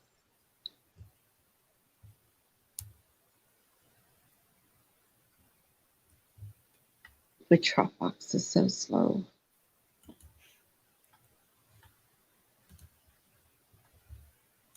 "35. A mixture of two or more individuals, Kamel and Rania, cannot be excluded." But then they go down and, oh, wait. Not That's 35, 38. 38 is what I'm looking for. Okay, the push keys from the gun. Mhm. 'Huh. 38 is Rania's bullet. Mixture of two or more people, DNA profile No, indicates. 53 is Shit. Rania's. 38 is the I'm sorry, folks. I pulled up my spreadsheet. So yeah, 38 is Okay. the push keys on the gun say. 53 is Rania. 53 is Rania. Okay, 53. I am so sorry, folks. It is like super Oh late. yeah, you're right. Mixture of two or more individuals matches Rania, and David and Kamel are excluded. Right there. Yes. And then it says the major profile would not be expected to occur more than once among unrelated individuals in the world population. They use that for every single one. Unrelated. Mm-hmm. So what about related? That's what I've been saying over and over and over for so long. It's like they did not test anybody who was related to these people, and they should have. The moment they saw those test results where David and Kamel are excluded, and it's a mixture of two or more, could have been 3, could have been 4, who knows? We don't know. But they didn't test anybody. They know they've ruled out the general population. They know they've excluded Kamel and David. Why not figure it out? But they don't. That was so frustrating. So there's missing, to the layman, to us layman's, there's missing DNA. There's DNA of somebody else that is not. It is not David. Correct. And not Rania, right? Or not Kamel. Sorry. Well, depending on which item is tested, sometimes it's not David, sometimes it's not David and Rania, sometimes it's not Kamel. But depending there on the item. But yes. for this item, for item 53, For this one, right? It's not David, it's not Kamel, it is Rania, but mixture of two or more. Who is the other person? Who is the other person? Person or persons. Right. Or persons. Correct. Right. Well, So- we have item 41-2, mixture of two or more individuals. Major DNA indicated as female matches Kamel. Yep. Major profile does not match David or Rania, Mm-hmm. but they have a mixture. Yep. It happens a lot. And that's why I tell everybody, read those blood analysis reports. Read it. You will see for yourself. And then it says major profile would not be expected to occur more than once among unrelated individuals in the world population. And then it says David and Rania are excluded. Yep. I mean, these are just two really good examples. And it's like, okay, well, there's mixtures. And they didn't give a percent. They just said. But excluded. this is the other thing. I know Catherine has corrected me many times on this, slapped me Mhm. down many times on this, because the DNA, how are they comparing the DNA? They're not comparing it to my DNA. They don't have my DNA, as far as I know. They don't have maybe a lot of the family's DNA. They don't have people outside. But obviously, if they wanted to say, they could say, hey, we need to test your DNA to make sure we have this missing DNA. And we need to make sure that it's not yours. So we're going to test your DNA, right? So how does that whole process work? Because when they say it can only be them, but what are they basing that source on? This is another thing with the whole Idaho case. I don't want to get off topic on the Idaho case. That's a whole nother rabbit hole there. But there's some similar things that I'm seeing with the Idaho case where they're like, Well, just, when you're doing your DNA strands, they're made up of gosh, you're testing my brain here. It's been so long since I've taken these biology and chemistry courses, but it's like A, G, A, T. You get these sections, and they pair up to make your chromosomes. Now, every group and every family has they're put together in a certain way.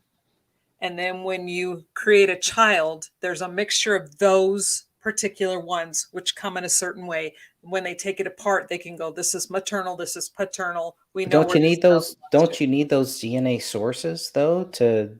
It's even all go you can there? you can get it from this one person's blood, because you're looking at their blood, you're breaking it down. And so they have Ranya's blood, and they have, David and Kamel's DNA. So they can go, okay, we know these three all belong together, all these pairs, it matches up, we can break it apart, and we know that this part of Rania is carrying David's mixture, and the AGAT, whatever they all, it's been a while, I know there's Yeah. stuff in there. But I mean, The same with Kamel, but the way that they are matched up and paired is going to be way different than the way yours are matched up and paired. The way the general population will be matched up and paired. So because that's how they because they're determine. only looking at their DNA, But when right? they're looking at this under the microscope, they're going, okay, this is definite match. There's something else here, but these aren't matching up with this. Definitely not matching up with them. We don't know who it belongs to. So, But that's why they it's say, enough, well, it's but it's they all enough to say that it's probably related, because they have excluded the general population. So they're probably looking and seeing some kind of pairs that match, but it's between not those three that people, they would expect to see between those three, but it's right? Mhm. not theirs. This is really, really an in-depth. You're expecting, okay, you want me to break down, like, say, War and Peace into a two-word, lollipop thing, and you really It can't. can't do it. Yeah, It's really, really difficult. So Can I that's yeah. why say I like something? asking you about it, because you break it down like that. So You have major DNA, and that's what we're saying in this case. The major DNA belongs to David, Kamel, and Rania because they are the ones that they have the samples for. The minor DNA showing up, that, or the unknown, basically, that would be the ones that they don't have the samples for yet. and this is where another thing where they show that they are not looking for any other suspects.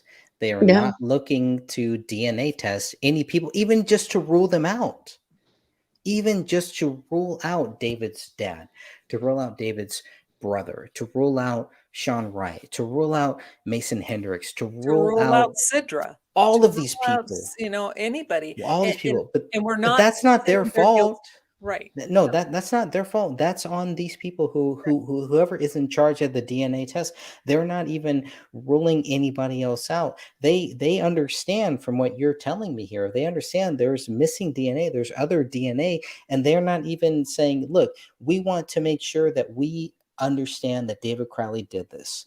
So here is what we are going to do. We are going to take DNA tests from all these other people, and we're going to make sure that we are 100% able to rule them out, because there was a 5-year-old child that was murdered here. There was a young woman that was murdered here. There was somebody that we are accusing of a United States soldier. We are going to rule this out. We're going to do everything we possibly can do to make sure that we understand what happened here. A 5-year-old child has her arm freaking missing.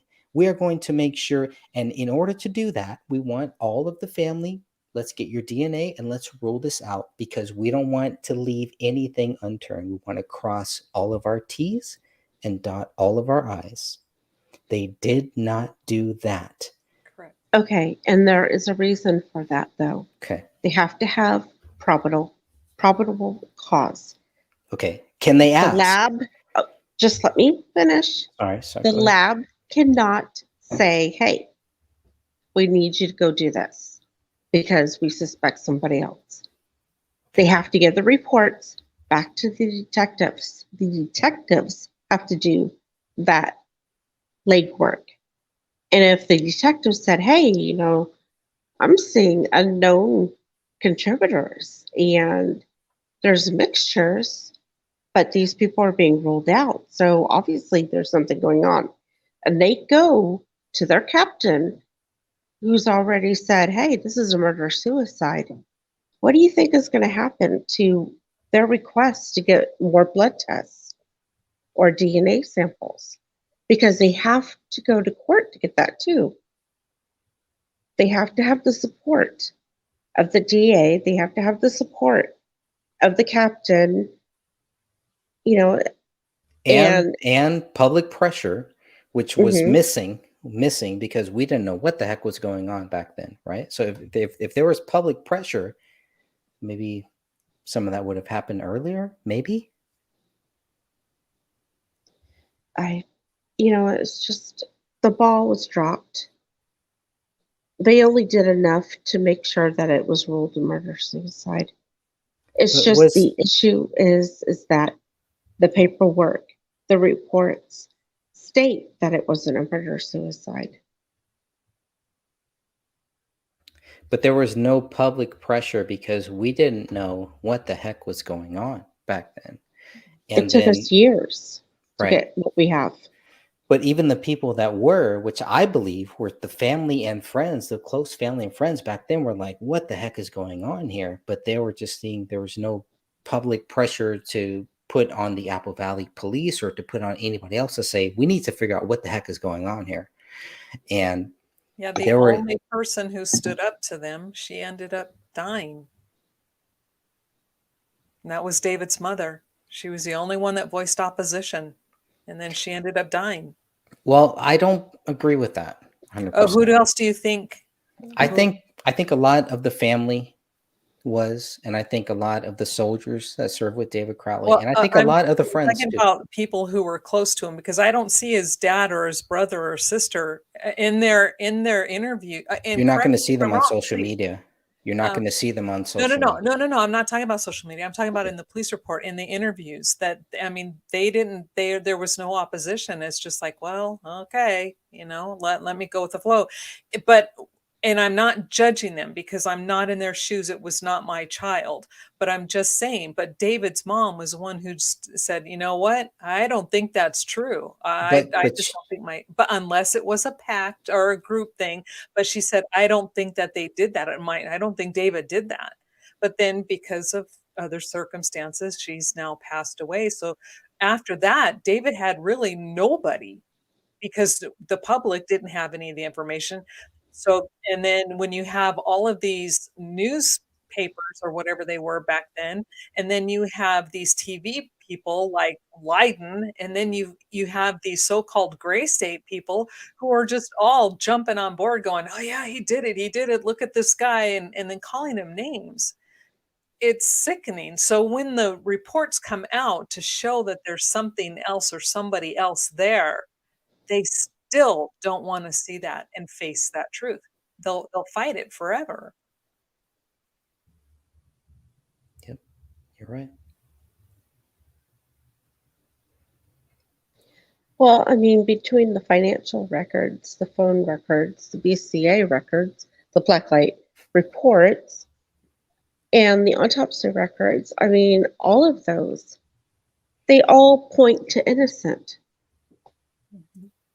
So, I mean, anyway, What do you David's think about this comment? innocent. Yeah. What do you think about this comment? Because this is the big thing that we were hearing, that a lot of people, which I think, I don't know if you two agree with this. Oh, I love the cat cameo. Bring the cat in there. Come on. That's a second cat cameo there. But there were a lot of people, yeah, they wanted him to be the tip of the spear, but there were also people that wanted to just kind of ride that wave. There was a wave. David Crowley for $6,000 created this wave. It wasn't just him. It was Mitch Heil too. It was whoever was involved with that trailer. But I mean, that 2012 trailer is a huge starting point. Oh, that's so cute. Get the catechist. Sorry, that threw me off. But that was a huge starting point for it, right? Mhm.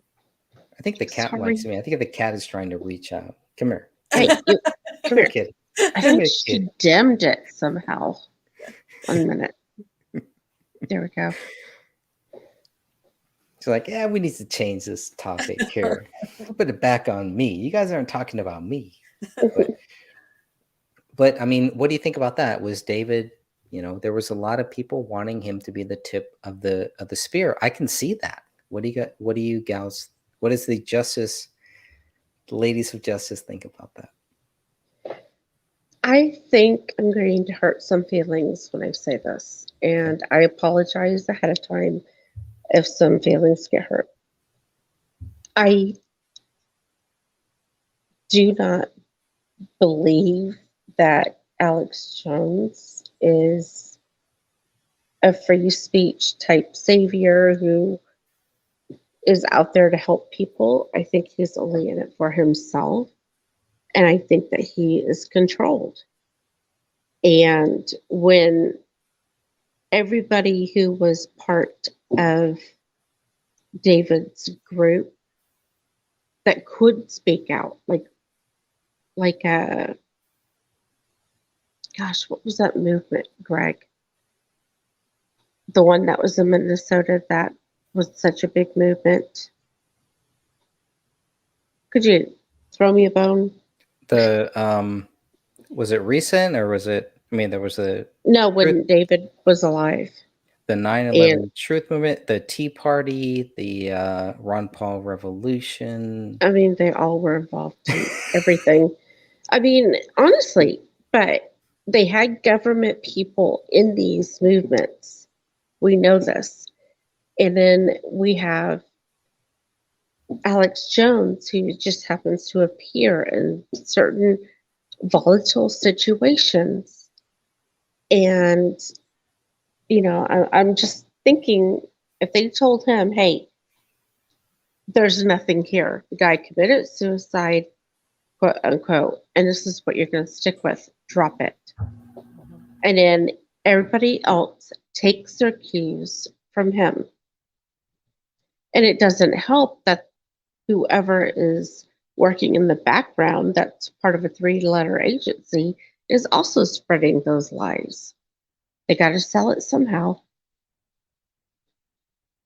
And, maybe he was the tip of the spear when he was alive.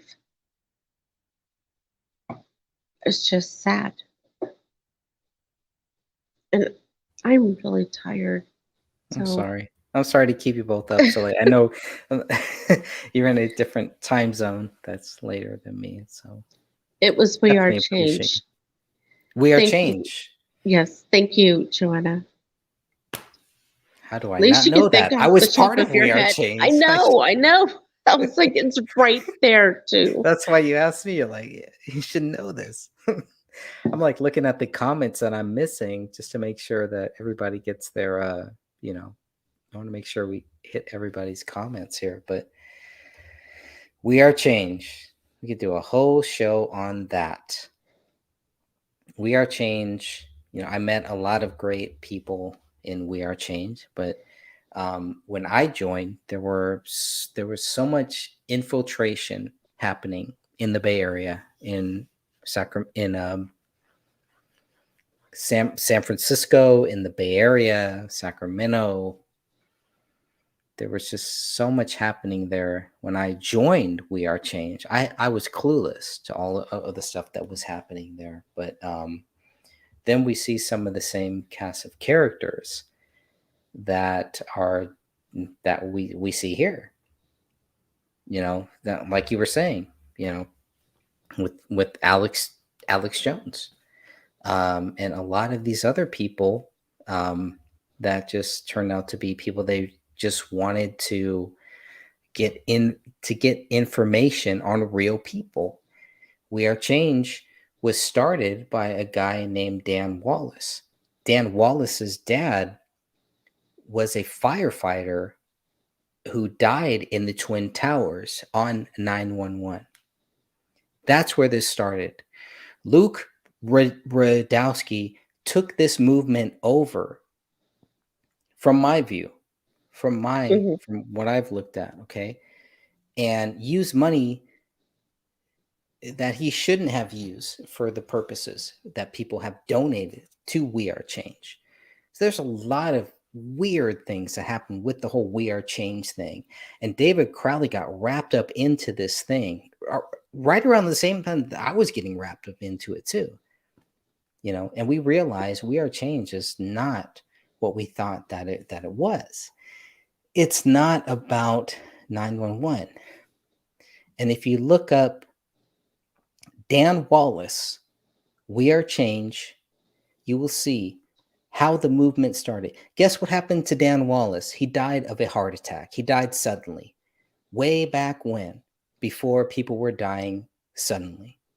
We know one person that did not die suddenly was David Crowley. Okay. So, I mean, there's just so many weird things, so many rabbit holes. I think Dan probably put it right. It's just,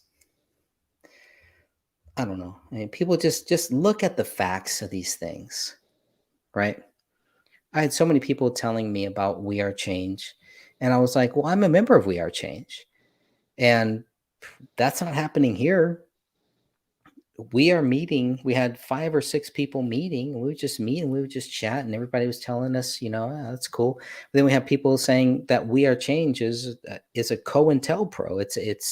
It's a government thing where they are just trying to learn more about the real people. I realized that because every time we would have a We Are Change meeting in my area, there would be people that would show up talking about doing violence, and they want to do violence. I had a Christian person. He was a fellow Christian, and he showed up and was talking about bombing something. I'm like, that's not what we're doing here. And they started spouting all this Christian stuff, and I'm a Christian, and he's spouting all this stuff, and I'm like, dude, that is not what this group. That is not the purpose of this group here. Okay, and that person left. But the reason why I didn't want to deal with that person is because they were talking about doing something violent. And you have a lot of those things when you have these groups, when you have the whole Occupy movement. You have a lot of people that will show up and say, hey, wouldn't it be great if we just go and bomb the Federal Reserve? Wouldn't it be great if we just go and do all this? Like, no, that's not what we're talking about here.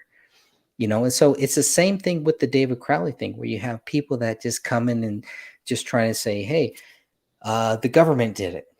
Okay, well, then you have people that are anti-government. You have people that are looking at that. They only look at that. They don't focus on everything that we're talking about. It takes away from everything that we're talking about here. Those are the things, that I've learned to kind of keep an eye out for. And those are red flags. There's so many red flags when it comes to this David Crowley case.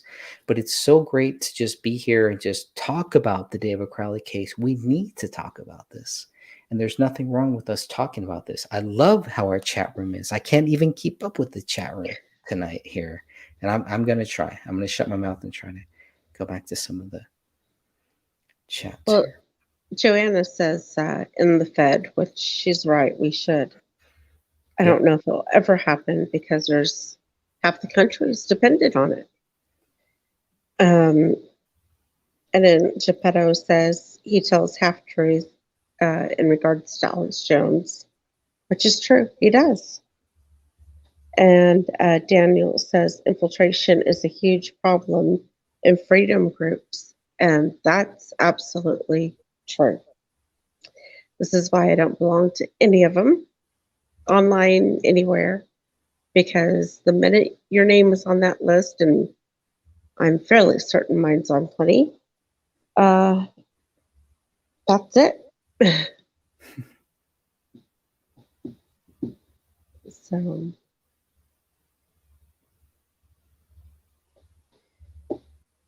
anyway. Yeah, well, I think that was all I wanted to talk about here. Unless you ladies have anything else you want to talk about, I'd like to go through some of the chat. I missed a lot of chats. I'm sorry. Yeah, just do the chat. My heater's almost off. I'm sorry. Beep beep. Let's see here. I'm trying to make sure I didn't miss anybody. But yeah, if anybody does want to join on, I know the ladies are probably, they're in a different time zone, so they're probably, and the cat is not shy about saying, hey, it's time to cut the stream short here. But Geppetto says Ranya's arm was ripped off. Was it ripped off?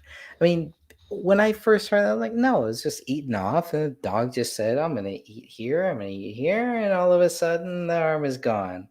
I did not even think about the rib.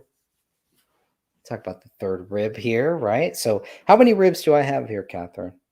1, 2, 3, 4, 5? Should be like 12 ribs. 12 in that area. 12? I don't know, 8. I think there's a total of 13, but in that area, I don't know, maybe 10, 11, 12, somewhere like that. Okay, so when they say the third rib, okay, right here, you're on mute. You're on mute, Catherine. You're on mute.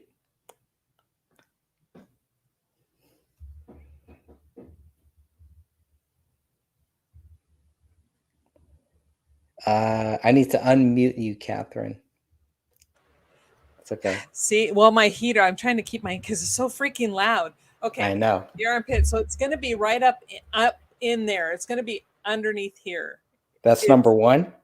No, that's about where your third rib is going to be. It's going to be, you can't just break your, It starts up here, ribs 1, 2, 3. 2, 3? Is that what I'm saying? Right about here. 1 up here, your collarbone, right around here's 1, right underneath there. 2, and then 3 is going to be right, because how they go. It's like right up underneath the armpit. It's right in here.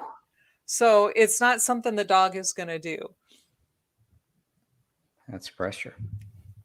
And it takes a lot of pressure, especially because with children, especially the ribs are a little bit more pliable. They're not hard and they haven't really gotten real solid.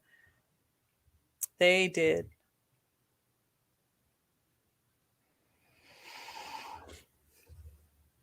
How about this one? Is it a cover-up? I think it's either, I think it depends what your definition of a cover-up. I think they're covering up the fact that they've gotten the truth and they don't want to go forward. Or they're not publicly stating they're going forward. We'll put it that way. All right, put it that way.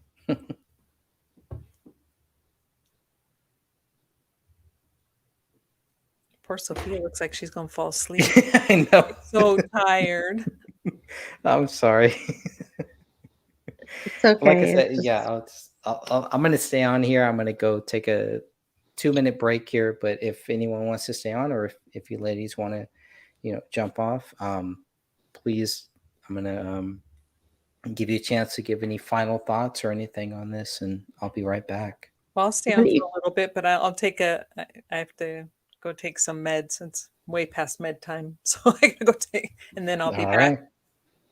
Why don't All you right, ask Sophia, Rick to it's come on on? you. I've asked Rick. I'm trying to get him to come on, and he just did a 3 hour show, so I know he's kind of burnt out. He definitely wants to have all of us on a panel. But maybe Sophia, while I go take this 2 minute break, can you just kind of break down any of your final thoughts? Share some thoughts about the book too, about the Buried Truth book that we have coming out.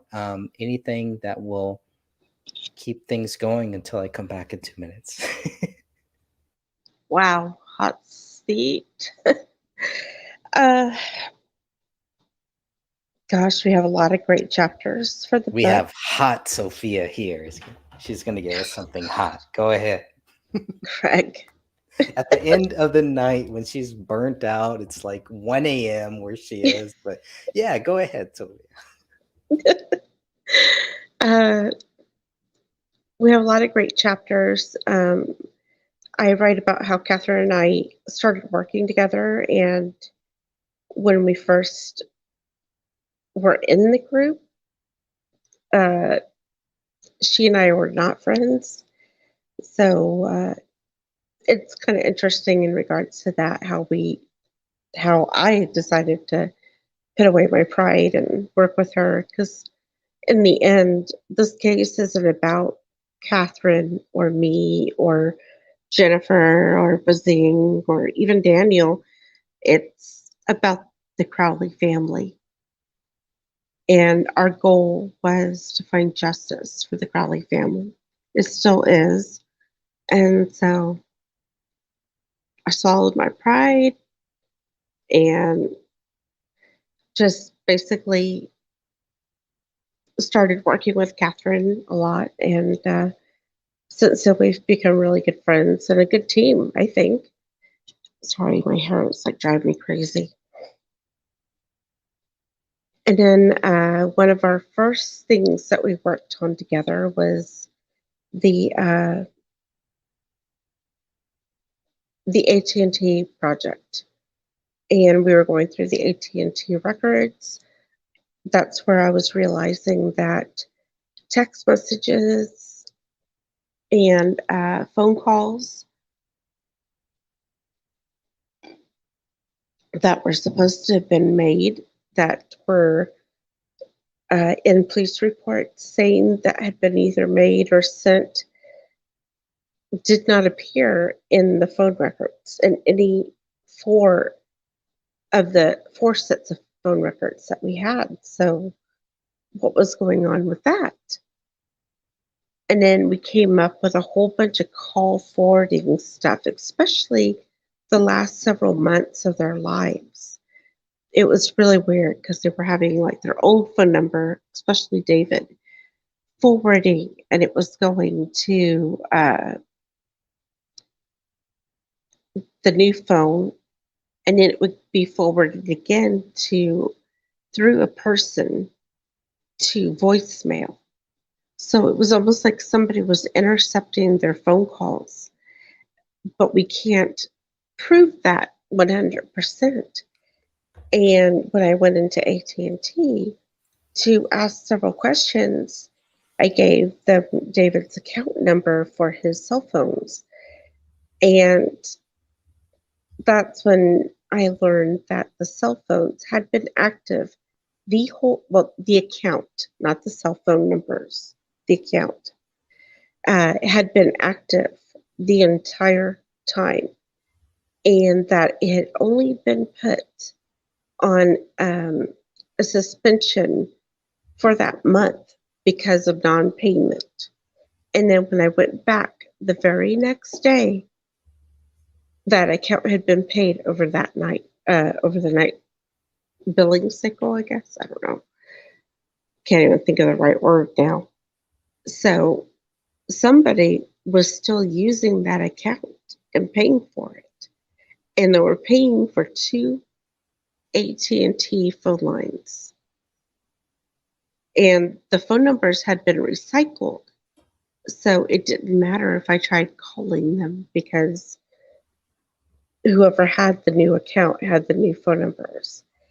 And one thing I did not do, and I wasn't going to do, was to ask for the new numbers and to find out who was making the payments. Number one, there was not, we never got into the account. We only got to the first page of it. And number two, I did not have a password, nor would I have done that because that is somebody's personal account. And I wouldn't do that whether they were alive or not. So that's where I stopped that investigation. But I thought it was very interesting. And thanks for listening to my boring story about how Catherine and I worked together on the very first project for this case. It's Well, not and a I boring agree with- story. No, and we make a great team. We just do. Ladies of justice. Yep. I'm telling you. Come on. Embrace it. Maybe we should make a t-shirt. Oh, you could have leggings too. You don't want to see me in leggings. I look like the penguin. Let's see. Can people on the scene, like police, etc., not contaminate the evidence? I think that's a great point. Could the DNA the missing DNA, could it be related to the police on the scene? No, Uh, they would be considered part of the general population. mhm. But also, like the lab techs and stuff, they all have their DNA on file. And Okay. I'm not sure if this is true for the police or not, but from what I have studied, anybody who was at that crime scene would get ruled out. But, Nice. That's just from what I had studied through textbooks and online and everything. I don't know if that's what they do in the real world. Now, they were supposed to rule out the unknown DNA, and they just never did it. It was Well, supposed to be. It was supposed to be part of it, like a special log. And that's literally what I had written the FOIA for, was for this log, because they are getting federal funds for that lab. So they have to, by law, send that log to anybody who requests. And then that's when we got that huge data dump for the BCA. I mean, it's still taking us time to go through everything and sort it out. Well, they were able to rule out David's footprints, or I'm sorry, they were able to rule out the Apple Valley Police Department's footprints in the snow because they took photos of their shoes. So if they were able to do that, you would think they would spend at least that much time on ruling out any of the Apple Valley Police Department or anyone who was in that. They would rule that out They through their would. DNA. Okay. No. Yeah. I know this is really hard to understand, especially if is. you don't have You're medical- talking to me here. Talking But- to me. Come on. Okay. Since there isn't unknown DNA, okay, it's like a known sample. They know that it's relatively close to David and Kamel. If it was a type of DNA that would be considered part of the general population type of profile that was coming up in the samples, then they would go and ask and rule out anybody else who's at the scene. That's not what they're seeing, though.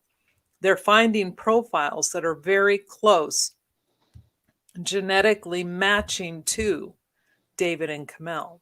They don't need the police. They don't need to rule out anybody else. They already know they're ruled out. But they Just rule like- out David and Kamel Right. in those That's- cases. That's how they can tell. Yes. It's how, again, it's how the segments are matched together. It's how their profiles are. yours and mine and Sophia's would be so different, but it would be easy for them. Like, say all three of us were somewhere on some beach, we cut our hand on a watermelon and somebody disappeared, and all we walk, oh my goodness, there's blood there. And say, you were trying to help with the knife and you got cut or whatever. And then they're looking at this and they're going to go, oh, there's two individuals here, but they would be two completely different individuals. So they're like, okay, we need to find these two separate people who are not related. But say it was like Sophia and her daughter. And then they'll be like, okay, we have two people. We can rule out the general population. We know we have a Sophia, but we have somebody else here. It doesn't match Greg or anybody else. But you see what I'm saying? They know not to look for the general population because that profile is matching her so closely. They know it's going to be close. And they know this. That lab knows this. But like Sophia said, they then hand this over to the police. It's not the lab's job to go out and say, okay, now we need to go and rule everybody else out. That's the police's job. Right. And they don't know that I'm not related to them. Right. Yes, So they can by your DNA profile. if they have but how do they get my DNA profile? Oh, They should not have my DNA profile, Catherine. How do they have that? okay. I'm thinking of, okay, hold on. By looking at the DNA, they can rule out the They can general rule out population. me. They can rule out me. Yes, they can rule me out. They can rule you out because the composition so closely resembles what they have, and they know. So they know that's not going to come from the general population. Because they understand what DNA is, whereas I don't understand what because DNA how is. it comes together and how the profile presents itself. Mhm. They know that has to be a father, brother, sister, child, blah. But couldn't that cannot also be those? Couldn't that also be those three people? No. No, They because rule- the rest of the DNA pattern They rule profile them out. doesn't line up completely. It's enough to say it's related. They just can't. They It don't sounds like have- speculation to me. I don't know. No, again, this is such precise work, and this is why this Is the it, blood though? work. Yes, yeah. I can't Without testing other people, how precise? Okay, if you I mean, kinda that like is polls. if that you is have an guesswork A and a right there because they didn't. and you get a Z, do I need to tell you that Z is not related to A and B, or can you kind of figure that out? Yes, because the way the A and the B are put together, that doesn't look anything like the Z. Based on what they're looking at, based on the DNA, how they examine DNA. Right. Okay, yes. Well, it's how your profile, how your DNA is, how Right. that pairs And up. they've never used DNA to prove David Crowley guilty. I don't see anything where it proves him guilty at all. Right. Yeah, So I don't see it. I mean, They it insinuate was his that- gun. they insinuate, but yeah, it's the same way that they insinuate there's other DNA and everything like that, but they've never been able to prove that any DNA shows David Crowley is guilty. Why would I believe that, anyone, that any of their DNA, if they can't prove David Crowley is guilty based on their DNA, why would it take any of their DNA results seriously? Because the two aren't equal. You can have DNA, but unless they're proving that his DNA, If they like- proved that his DNA was in the kitchen, the passive blood drops, then he obviously was the killer. Because that would explain his blood on the inside of the magazine. But they never ran those tests. Why didn't they? Why didn't they ask those questions like, why is his blood on the inside if he didn't have any injuries before death? And why didn't they test that passive blood drops? That right there would have told them who the killer was. There's past blood drops leading to the kitchen too. When you look at the corner of the carpet where the recliner is and stuff, there's past blood drops within that leading up. Not tested. They didn't sample it. If they would have sampled, okay, excuse me, I'm sorry. If they would have tested everything, then they would have known. But they didn't. Yeah. Yeah, Rick, these ladies are up for a round table. They're definitely up for anything. Just not tonight. Just not tonight. No, sorry, ladies. I mean, if you have to cut off, if you know, definitely, I don't want to keep you longer. I didn't even plan on saying this long, but this is just such a fascinating case, and we have so many great comments. I just want to kind of look at some of these comments here.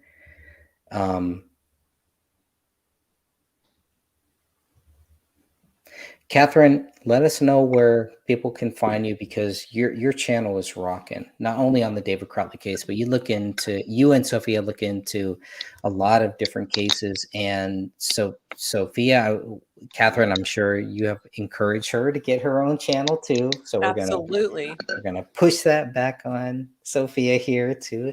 But when you've both been doing so much great research, not only on this case but on other cases too. But I mean, the research that you both have been doing, the videos that you put out, it's just so encouraging for me too, you know, and for other people, to just make sure that we need to keep this case going. There's something different about this case, and we need to make sure that people understand so many things about this case. We're not trying to convince people that whatever we say is right, but it's right in front of your face here. This is as plain as the Alabu Akbar that is written in blood on the wall. So if you can understand that, if you understand that Alabu Akbar was written on David Crowley's living room wall, if you understand that, then you can understand where we're coming from. Who wrote that? How does anybody prove that? And why do they never talk about that? They wanted to keep things like that hidden because they don't want us to even talk about that. That's a loaded question for both of you. I'm sorry. I mean, it's a real question.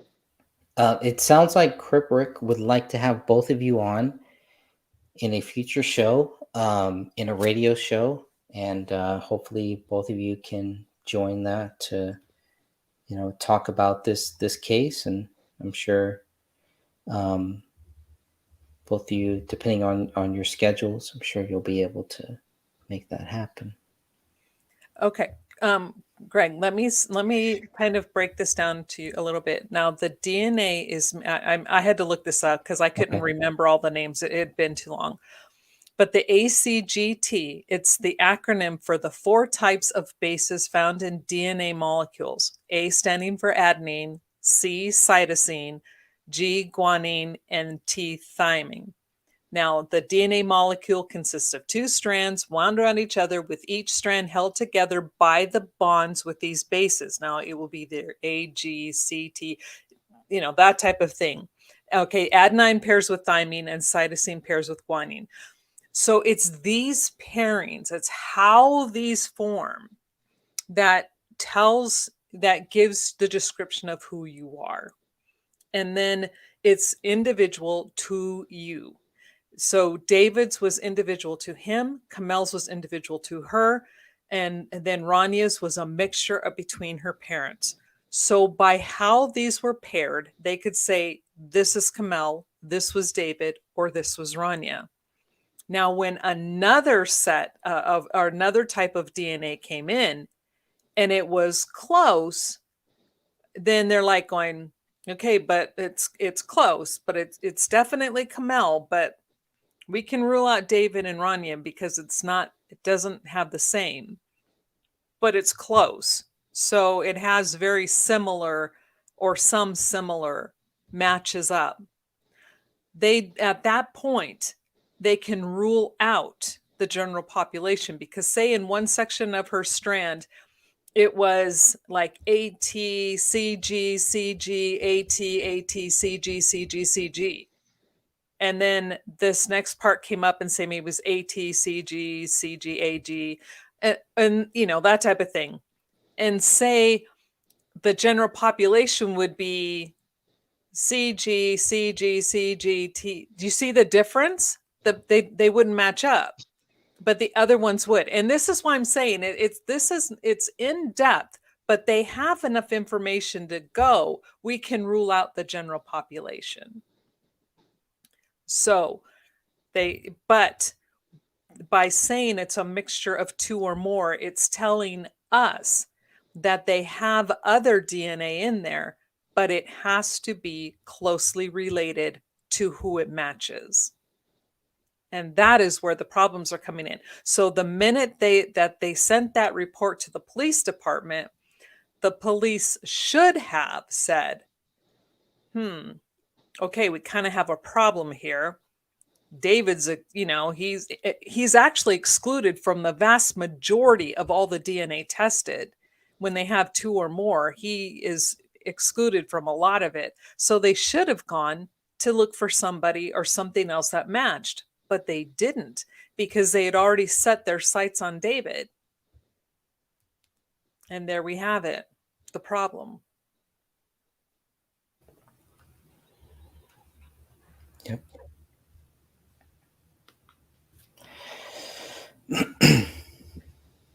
That is a big, big problem. It is. Yeah. And when you break it down like that, it makes sense. And so it's like a puzzle piece or something, but they're like, well, so it's, where do we go from there? How do they solve this case? And that's one of the things where they have the 5 police reports where they say, the public is not in any danger. And then, they just kind of move on from that and they build off of that.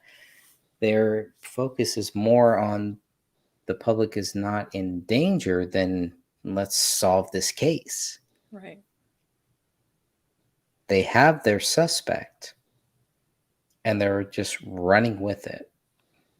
You have a new police chief, Nick Francis. So what happened with the other police chief? He retired. He retired. Mm-hmm. Oh, we all retire. He retired to spend time with his family and friends. He needs to spend more time with his family. So he retires. Yeah, here. Retired, and they got a new one in there. Okay.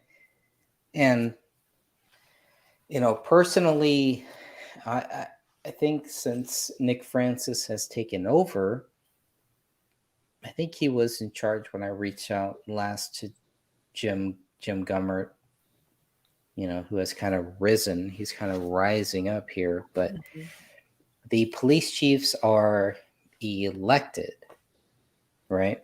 So people have to vote them in. These aren't just people that, there's a police chief gone and, no, they have to vote the new police chief in and they can vote them out too. Poor Sophia needs to go night.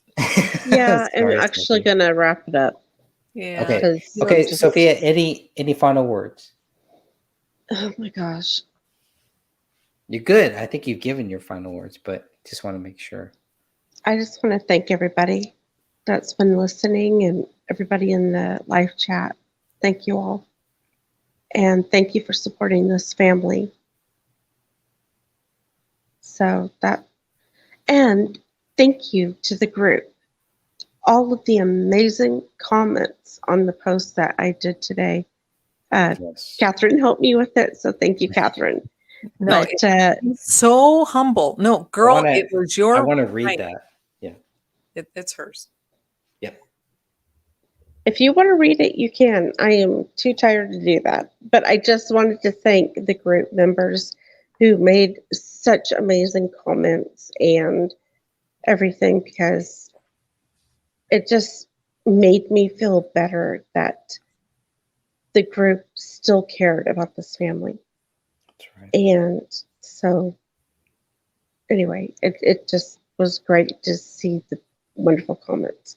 And I'm repeating. So, Thank you, if my you want to friend. read it, yeah, you're Yeah, welcome. thank you for those cat cameos too. Those are always Gosh. awesome. Yeah, she's like, it's bedtime. Why aren't we in bed? My little heating pad is not going. Where is that? Yeah. So, All right. anyway, Well, okay. Catherine, I can go a few more minutes if you have time. I don't know what you're, but if you want to read, I'll do a screen share, and if you can read what Sophia wrote here. Well, my heater's getting ready to turn on, so you have to talk for about 8 more All minutes. right, here we go. All right, here we go. I'm going to talk. I'm going to talk. I'm going to chat. I'm going to chat. I'm going to chat. I'm going to chat. Okay, so there are so many different things. We are 8 years here, and I'm going to try to do this as I fake this here. 8 years with this case. Can you believe it? 8 years. Thank you all so much. And even Rick is saying good night to Yeah. to Good night, Miss Sophia. Sophia. Get some Good sleep. night, Sophia. And Rick is another. He should probably be sleeping here too. But there's just so many people that are. This is such a fascinating case to so many different people for so many different reasons. Right? We're not trying to say, hey, you have to believe in this case for whatever reason or whatever. But I'm going to try to pull up, get all my wrestling stuff here because I know, Catherine will trigger all of us talking Yeah. about wrestling for some Yeah, because reason. it's gonna make you guys all mad when I go, it's fake. Oh, that's fine with me. It's fine with me, but I've seen what Oh, it's done. Steven got mad though. Yeah, well, I don't think he get mad. I think he was just, Yeah. he took it He's like, wait a personally. second. It's like, wait a minute. Here's what I got to say about this, Catherine. And Catherine is like, okay, that's cool. That's all good. Right? Catherine is very open, and I know Crip Rick. He's a wrestling fan too, so he understands that too. There's some wrestling fans here. Look, I've got the Bullet Club shirt on here. Okay. What This is a from Bullet Club? Okay, so this is a shirt that I got from going to a wrestling show. So New Japan Pro Wrestling, that's where this comes from. So if you know New Japan Pro Wrestling, you know who the Bullet Club is. It's basically just another wrestling faction, just a wrestling group, yeah, all that good stuff. So that's a whole nother issue. I don't want to bring, I could get into all of that here, but I'm going to go, and I think I need to remove this one, and then I'm gonna try to set this to screen share so that I'm gonna have Catherine read this, and it's probably gonna be really small font. So Thank you. she may have to pull up this on her own computer to see this and to actually read it in I think I a can. Can you hear my respectable way. heater though? Is my heater loud on your end? No, It's really loud over here. Do you hear a psh? I hear a little bit, but That's my I stupid don't, I heater. don't hear much. But Hey, you want me to start reading it now then? if you can. Yes. Okay. 8 years ago today, the bodies of the Crowley family were discovered. At that Sorry. time, I'm sorry. I was trying to make it easier for you to read, and it just messed everything up. I'm sorry. At that time, the authorities labeled their deaths as a double murder-suicide. Since that time, a documentary and several articles were published to show David and Kamel in an unfortunate light. Over the years, Dan Hennon, Greg Fernandez Jr., Catherine Michelle, myself, and many other wonderful citizen investigators have worked nonstop to prove not only David's innocent of this heinous crime, but also bring light to the cover-up and corruption that surrounds this case and their murders. We have worked endlessly to expose the numerous buried secrets within this case. Several truths and facts have since been uncovered. Fact: the Blacklight Report, Item 05, compiled from the laptop on the counter island, shows the root file was accessed on January 14, 2015. This was done after the Crowleys were dead and before their bodies were discovered. Fact: David's autopsy shows mold growth, mummification, and more importantly, sections of his liver and kidney showed marked autolysis. This means that 75% of those organs were in advanced autolysis. Ranya's and Kamel's autopsies only state that they had autolysis. This means that David was in more advanced state of decomposition. He most likely died first. Fact: David's blood and DNA were found on the inside of David's gun on the magazine. It had to be placed there, yet the autopsy doesn't state that David had any injuries prior to his death. So how did his blood get there, and why don't we find it anywhere else in the crime scene? Fact: there is no high-velocity blood spatter anywhere within the crime scene or the house. There are passive blood droplets, swipes, transfer, clotting, and medium-velocity blood spatter, but no gunshot high-velocity blood spatter. I highly encourage each of you to look at samples of blood spatter and then compare those to the crime scene photos. Fact: illegal drugs such as pot and mushrooms were not found in David's or Kamel's toxicology screens. Neither was alcohol. Fact: there were certain calls and texts that friends and family said they made to David's and Kamel's cell phones, but when checking the cell phone records, none show up. Please refer to the police reports and then all 4 of the phone records. Fact: certain people have created fake photos and police documents to try and convince unaware group members that David is guilty. Detective Klokonos wrote and signed an affidavit in 2021 stating he never wrote that document and that it was completely false. We have also received emails from the AV city attorney stating that they cannot give out any more documents or photos in regards to the case, just in case subjects are brought to trial in the future, since there have been fraudulent documents and photos created by unscrupulous ex-group members. Oftentimes we hear comments like, "Why don't you just move on?" Here's the simple truth: we can't. How can we just move on when the injustices in this case are so overwhelming? It's one thing to accidentally come to the wrong conclusion on a criminal case, and it's another thing to knowingly ignore the facts because the facts would be difficult, if not impossible, to prove.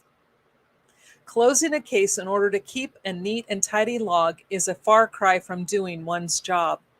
The way this case is being ignored is criminal. We've shown through the evidence David is innocent of the crime, and we won't stop until this truth is finally acknowledged by the Apple Valley Police Department. In conclusion, please take a moment of silence today as we remember David, Kamel, and Rania. It's been 8 long years without justice. Let's all continue to keep this case in the public's eye so another 8 years won't elapse before justice is finally served. The Crowley family may be gone, but they are never going to be forgotten.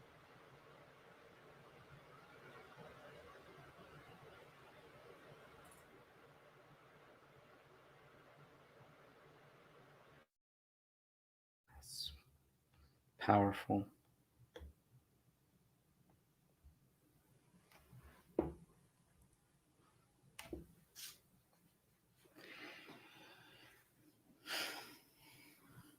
That's where we are, right? That is where we are. That's where we are now. So we're just trying to figure this out and trying to keep this case going where it's like, wow, wait a minute. This should be a very simple slam dunk case. And for whatever reason, the resistance is very odd. Now, one of the main things is that we have people that are contacting us and then they turn around and say that we're harassing them. we're going after them. Well, they contacted us. We didn't contact them. I've never contacted anybody that didn't want to be contacted. And at the same time, I'm sorry, at the same time, when there were people that did not want to be contacted, or they didn't want to have any contact with me, I ceased all contact with them. So I made it clear, like, look, I'm reaching out to you. And if you don't, I'd like to get a view. I'd like to get this on record. If you don't want to be on record, okay, cool. But if you don't want to talk about certain things, okay, fine. But I want to be as transparent about this case as possible. So I made that very, very clear. Now that meant a lot of people would not talk to me. But before I did that, all I was doing when this thing happened in 8 years ago. Let's go back to 8 years ago. Okay, we're talking about 8 years later right now.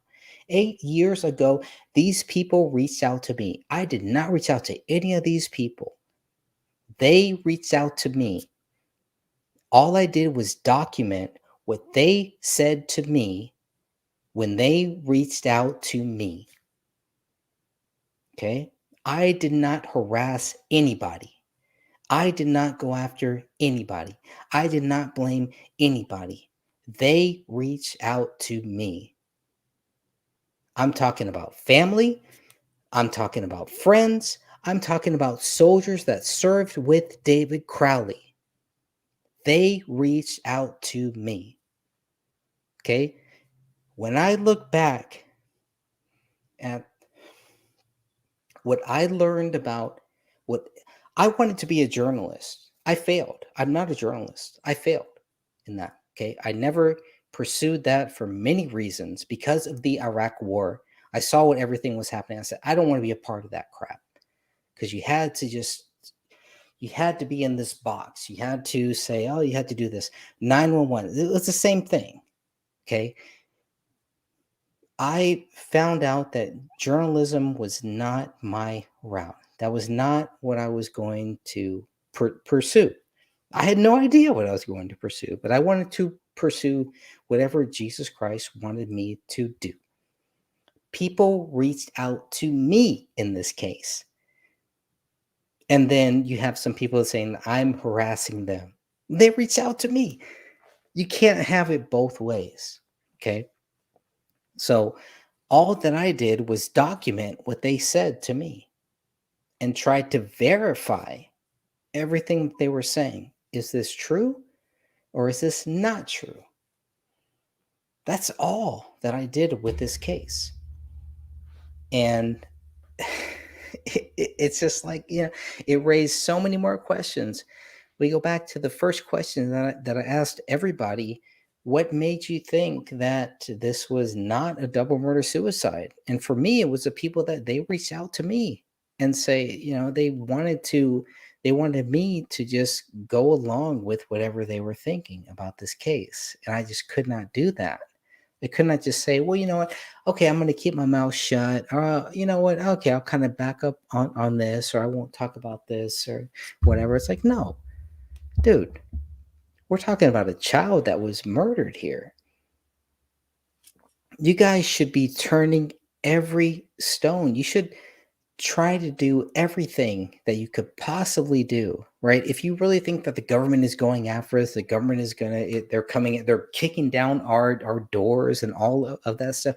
If you really believe in all of that, the Federal Reserve, the Bohemian Grove, the New World Order, which there's a lot of stuff that I believe. There's a lot of documented evidence on that. But if you believe all of that, but you don't believe, you don't want to take that time to research this David Crowley case, that just raised so many red flags. And for me, as a Christian, as a believer in Jesus Christ, it was like I had prayed about this. and said, Jesus, show me. If I'm looking into these conspiracy, if I'm wrong here, please show me. And he did. And it was with this case here. And there was a lot of things related to the David Crowley case that changed my view on Alex Jones, changed my view on Stephen Rhodes, changed my view on the Tea Party, changed my view on Occupy, changed my view on We Are Change. So many different groups. It was like boom, boom, boom, boom, boom. And it made me think, you know what? I need to get back to the basics. Okay, when I first started looking into the alternative theories, when I first started looking into John F. Kennedy, go back to those basics. Use those same basics. Use the Jim Garrison basics. Look at what Jim Garrison did and how he prosecuted somebody about John F. Kennedy. Go back to those same basics. Use those same things that Jim Garrison did and apply them to the David Crowley case. That's what I did here. And the more that I did that, the more that I saw there is no evidence that shows David Crowley is guilty. We have to start there. We don't start with, well, David Crowley is guilty, so if you can't prove anything else. No. He is innocent. David Crowley is innocent until proven guilty. That's what Jim Garrison did. Jim Garrison said, okay, they say Oswald killed John F. Kennedy. Jim Garrison was able to say, no, there's no evidence to say that. What proves Oswald killed John F. Kennedy? If you apply the same logic to the David Crowley case, and I applied the same logic from what Jim Garrison was saying, I applied the same logic to 911. What proves that Osama bin Laden orchestrated people to 19 hijackers, 20, whatever, to fly these planes into the Twin Towers, into the Pentagon, into whatever. If you use the same logic as Jim Garrison did, you will understand all this is, it's just all BS unless they can prove it. It's speculation. So they always accuse us of speculating. We're speculating that David Crowley didn't do this. Wait a minute. What proves David Crowley did? And it's funny, we're called speculators when we're pulling information from the evidence. That's not speculation, but yet we're given that as a label. It's interesting. Yeah, it is. Surely is. Aside from the wrestling comments, here we have yes, Sophia wrote that, right? What you just read. Yeah, I Catherine? only wrote the last two paragraphs. She did everything else. That girl worked hard on that. Oof. Yeah. Well, you also did a good job of reading that too, which I think I could probably just kind of screenshot that and capture that and make it its own little promo video or something. That was good. I really like how she, she just listed it fact after fact after fact. It was so succinct. It was very good. She did an excellent job. Yep. I agree. That was articulate, beautiful. They were silenced. Yeah. How do you stand up for yourself? And this is, you have talked about issues with your family because of this case. Mm-hmm. Right? Is this the only case something like this has come up with, or are there other cases? No, this is the only time. I mean, I've done a lot of different stuff, but I mean, I've never delved in as much as I have. Well, no, I think I've done more on this case than any other one. But my children who said, we're done. We're done talking to you. You can't see your grandkids anymore. And it was because of the things that were happening, Not because of what you were saying.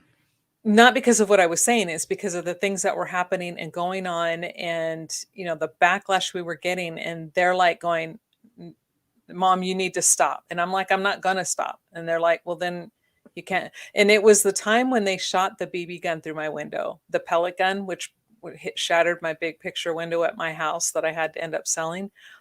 I mean, I had to, because I was it was ridiculous. That was the final straw for me.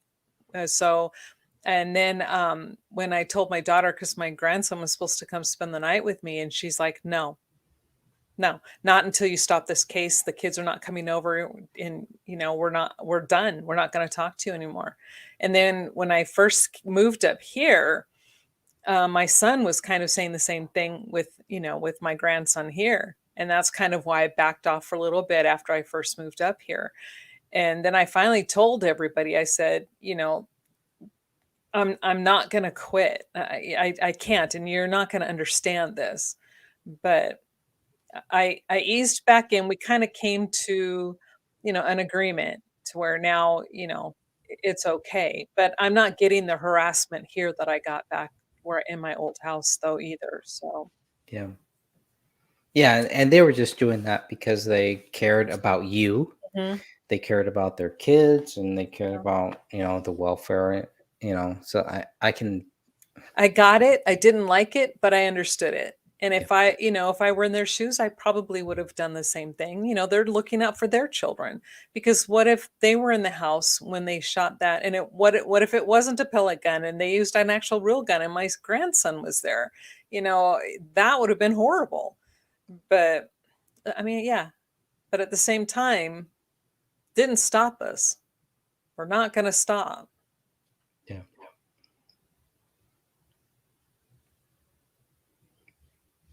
Let's see here. Go to the next one. Yeah.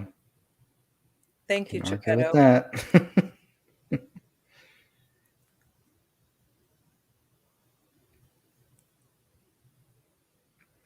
Oh, Bill I Cooper. was just watching that. It's funny you bring that up, Joanne. I was just watching a clip where Bill Cooper was, and then they showed the video, the one I guess that they took off, and it really was. It was the driver, or either the driver or the person that the front seat passenger or whatever. But yeah, you see it as plain as day. I would disagree with that, but Did you see that clip? yes, which I think was altered, because I've seen other clips where it did not look the same. It did not Oh, look okay. like. Well, If you look at the Zapruder film, it does not look like, the driver turns around, but he doesn't. I don't think the driver is going to be able to drive, and also, well, that's why I don't think it was the driver. I thought it was like the passenger, because whoever was on, I saw somebody turn completely. So whoever was in that seat, they turned completely, face the back. well, I think that's why it's so clear that it comes from the grassy knoll, because boom, that shot is just so clear. It just takes Kennedy's head off. It just Yeah, boom. I would have to see if it hit him in the front of the head. I mean, I It don't hit know him how like almost in the like neck. I don't know. yeah, it's like boom, he just went back, and the whole Well, head because you see just his head explode. yeah, right. Well, first he got shot in the kind of in the throat, in the Okay. larynx or whatever. But yeah, but that second shot Larynx. just took his whole head off, but it went back and to the left. Any Seinfeld fan, I know you're not a Seinfeld fan, but there is a great episode of Seinfeld where they basically they make a mockery of it, but they really detail what we know happened there too. So that's a whole other issue. So any Seinfeld fans, they know exactly what I'm talking about. There's a Keith Hernandez 2-part episode of Seinfeld where Keith Hernandez is a baseball player, and he was accused of spitting on Kramer and spitting on Newman. And it turns out that there's no way that he could have done it because of where he spit. So there had to have been a second spitter. And it all goes back to the second shooter. And he's like, it went back and to the left, back and to the left. So any Kevin Costner fans, if you have not seen JFK, you're not really a Kevin Costner fan. You have to have seen that movie to understand the Jim Garrison thing. That's where I mean, that's what changed my view on John F. Kennedy. Yeah, and that really started my road down where God wanted me to go to look at John F. Kennedy, to look at 911, and to look at all of these different things. That's my view on where God kind of led me to look at some of these different cases here. Not to focus on those, not to think that, okay, let's just only look at these things, right, Catherine? You're not only looking at all of these cases, but you can articulate these cases. You can look at these cases and you can kind of say, okay, this makes sense. This makes sense. This doesn't make sense, right? Based on what God is showing you. Mhm. And that's pretty much all that we can do, I think. But Bill Cooper is a very fascinating person. I have a lot of views on Bill Cooper. I did not realize that he was gunned down on his front porch. But we could talk about Bill Cooper. We could do a whole show on him for sure. Kathy, you are cold. She's not cold. How dare you, Geppetto? It's snowing up here. It's snowing. It's not her that's cold. It's the weather.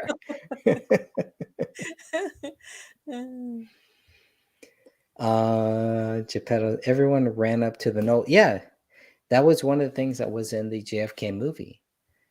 Everyone ran up to the grassy knoll because that's where they thought the shooter was coming from, right? So, I mean, it's fascinating because this happened in 1963. I didn't learn about it until 2000, maybe late 1990s, early 2000s. So when I looked at that and I look at the 911 thing, and I'm like, and it gives me hope. This is why there's so many people, like, this is why I don't want to give up on the David Crowley case, because it's such a slam dunk case. And yeah, there are people back in the 60s that didn't know about what happened at JFK. There are people back in 2001 that had no idea what really happened on 911. It's the same thing here. The main thing that what I wanted to do, I wanted to research what happened with John F. Kennedy. I wanted to make sure that there were places that I could go to find real information. It was very difficult.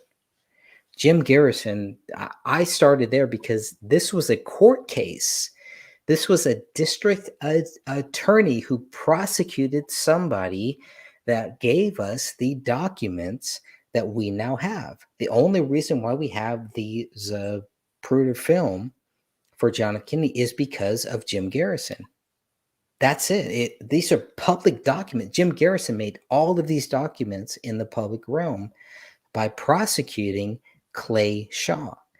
He lost. Jim Garrison did not succeed in proving Clay Shaw was part of a conspiracy to kill John F. Kennedy, but the documents, everything he put into evidence is public data. It was a public data that made me really focus on. Say, okay, we have this public data. I can decide for myself. Oh, the court can say, there's no conspiracy. Yeah, they can say, Clay Shaw may not have been part of a conspiracy, even though later on it came out that Clay Shaw was part of the CIA and he was definitely part of a conspiracy. But the fact that we had those documents is what started everything. 911 was the same thing. We had the documents. They say, there's no 911 conspiracy. These planes flew into these buildings and, they dropped within 60 minutes and that's it. It's all done. You can't prove that there was a conspiracy. Well, you can't prove that a plane flying into a building can drop a building in free fall speed within 60 minutes of the actual impact. I mean, there's certain simple things that I learned from researching the JFK, from researching 911, that I would apply to the David Crowley case. And if you apply those simple things from a simple mind, then you will see, okay, 1 and 2 has to equal 3. And if it doesn't, then there's something wrong with that. It doesn't mean that you create a whole conspiracy or whatever. You can do all that stuff, which I really think that a lot of the JFK conspiracy stuff is COINTELPRO, is propaganda. A lot of the 911 stuff is propaganda. If we just break it down to the simplest terms and just say, look, guys, this is what we know. This is what happened, and decide for yourself what happened to that. Social media used to be all about that until they went after Donald Trump. From my view, it was all about that. We weren't getting censored on all these things, and then later on, all that turned out to be, we got censored on. But if we just apply this simple logic, just look at, okay, here's what they say, here's what the evidence says, and just go with that. If you apply that simple logic to the David Crowley case, you can clearly see there is nothing that proves David Crowley is guilty. It's as simple as that, my friends. That's a 20-minute rant, I'm sure, but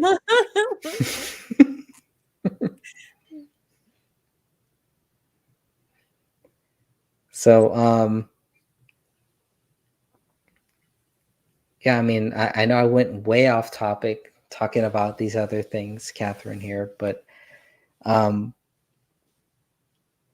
mean, what keeps you going, Catherine? What keeps you going on this case? Why not just move on to other cases like many people do, which we both do? We're not just looking at this case here.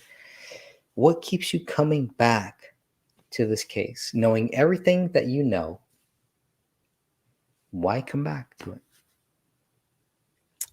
It's like I told my sister, I can't explain it. It's like a part of me now. It eats at me day and night. It's just knowing that this family was brutalized. And to me, it seems like there aren't a lot of people who really care. I mean, we have our group, but I'm talking about like on the legal level, they don't care. And I wonder, have they lost any sleep? Why isn't the family standing up for them? Why and it eats at me and I can't let it go. And it's too late to walk away now, I think. It's just too late. I stick to it till the end. Do you think it's because they don't know about a lot of these things? Are they compartmentalized, or Oh, do you they think know. they know? I think mean, they know. the first responders.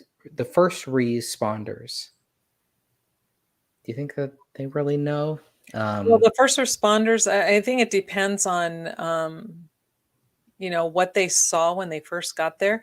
Walking onto a scene like that, I mean, even for, I think, anyone who has a lot of experience, that had to have been a shock.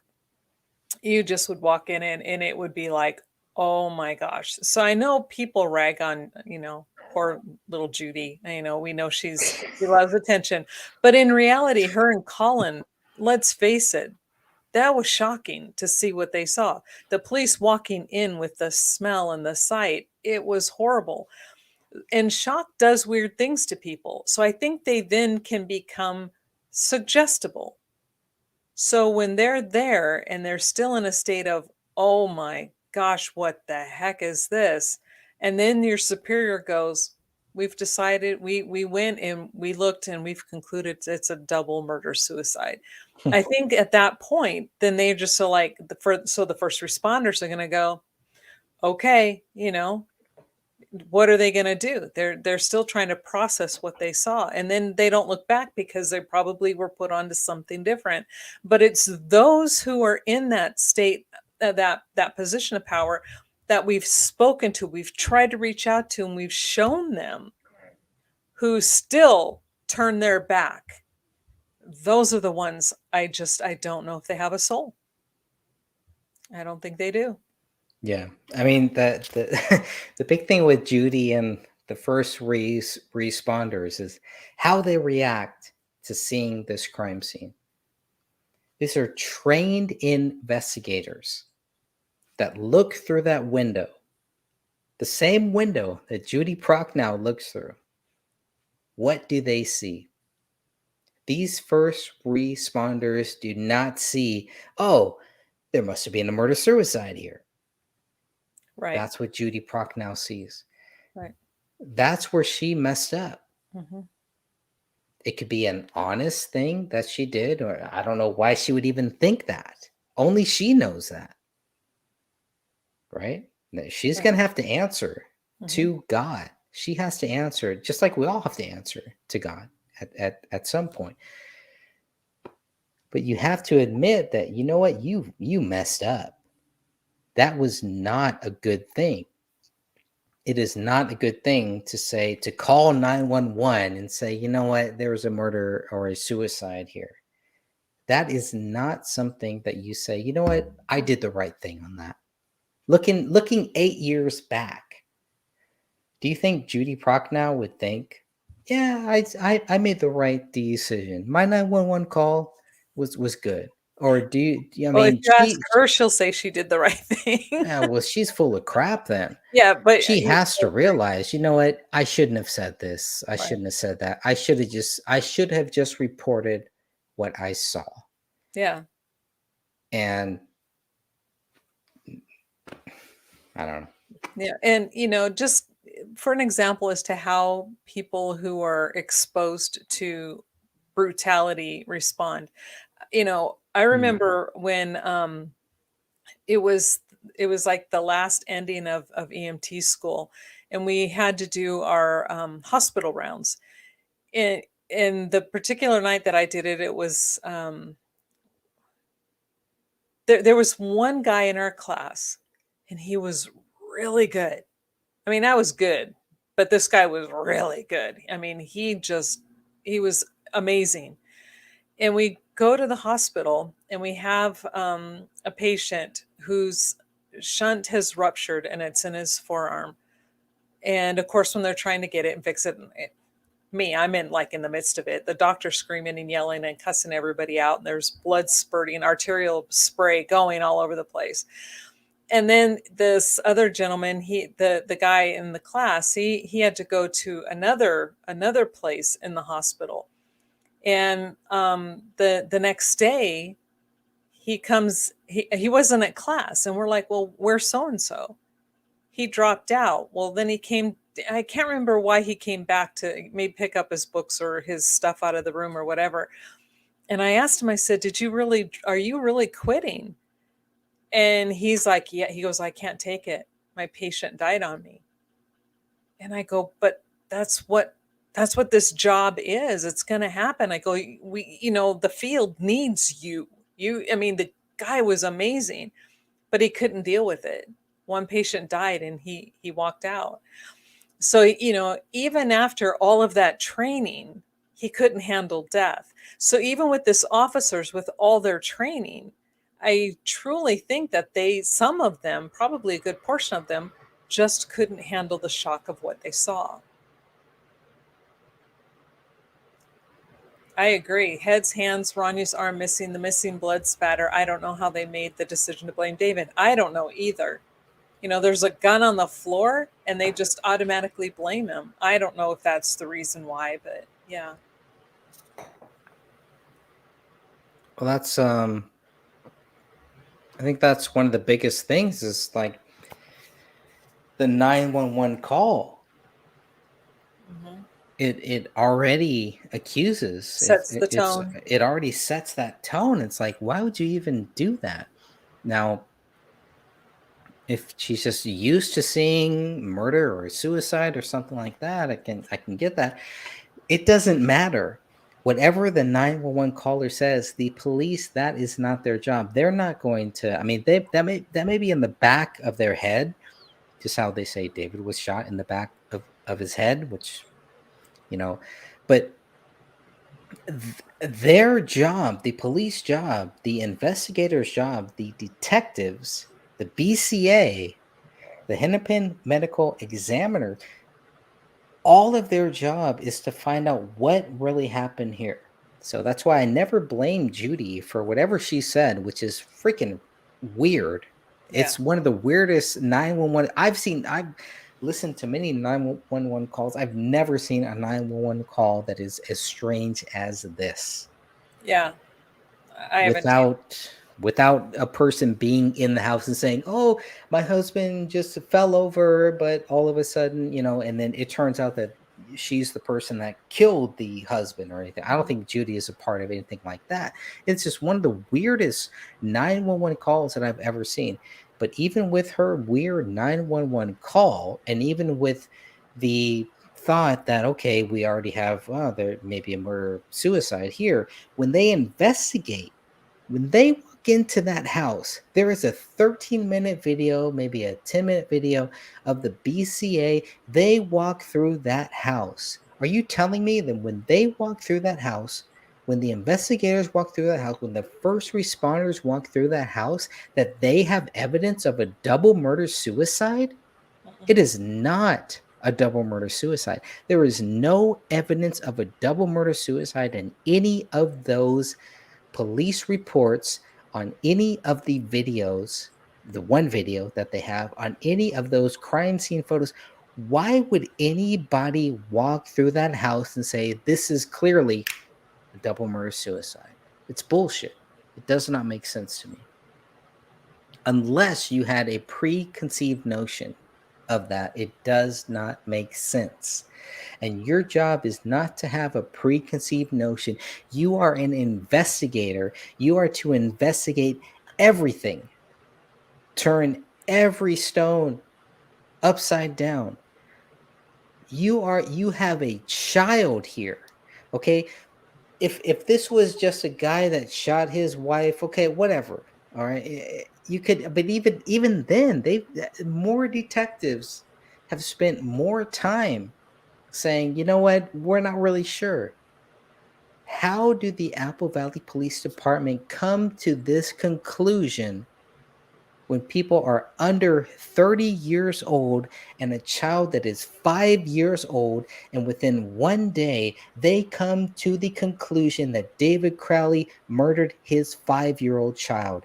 You have got to give me more than what they have given us. For 8 years later, we are still asking the same question to the same investigators. What do you have that proves David Crowley killed his 5-year-old daughter? They cannot answer that question. And here's another thing too, is that the police, they knew David. When David would do some of his scenes, he would hire them either for security or to be part of it. They knew him. They knew Kamel. They knew Rania. So why were they so eager to jump on that suicide bandwagon? They responded to a call in September of 2014, and there was a 911 call, or maybe it could have been I don't know if it was a 911 call, probably not, but it was a police call to say, hey, there's a disturbance, because in September of 2014, David Crowley was selling off a lot of his gear and stuff.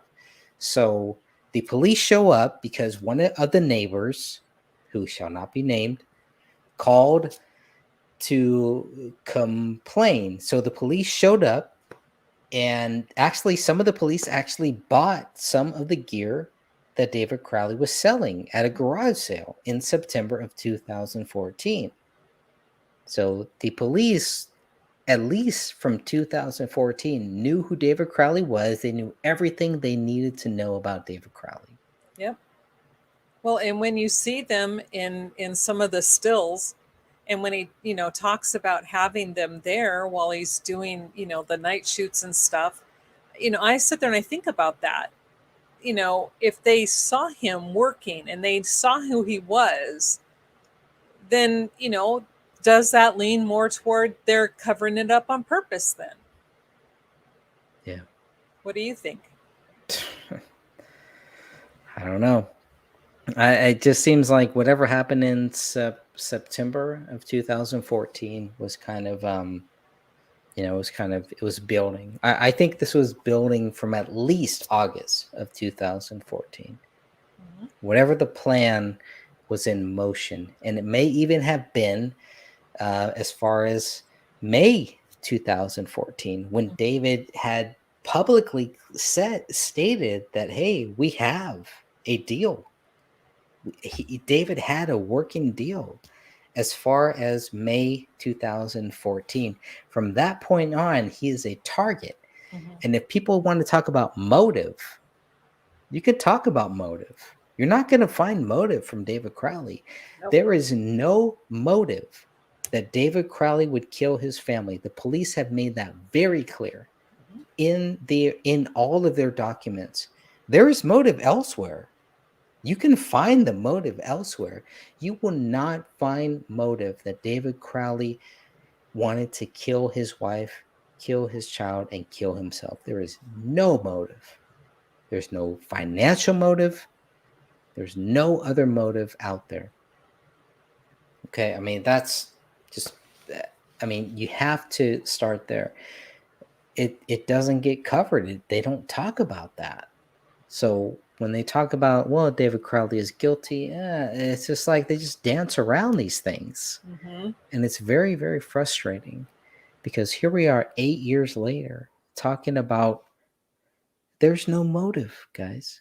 If we want to talk about what there has to be a motive, there's no motive for David Crowley. Is there motive for somebody else? Of course.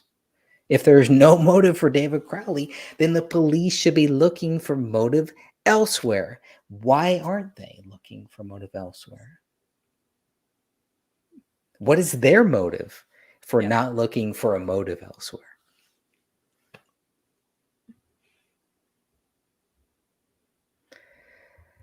Let's see here.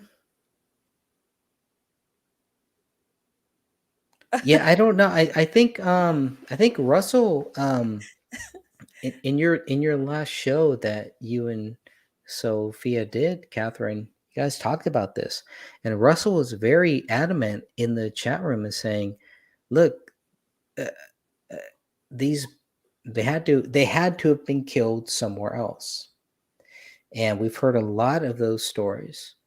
A lot of those theories and everything, that there's no way that these 3 people could have been killed in this house. Yeah, the lack of blood for David and Rania proves they weren't killed there. It's it is what it is, and the fact that the police don't even look at that, it's weird. Yeah. So, what's this? No, she didn't. No, the remodel of that house was done very, very well. Whoever did the remodel of that house, I think the house looks great now. But no, I don't think it was Judy's company.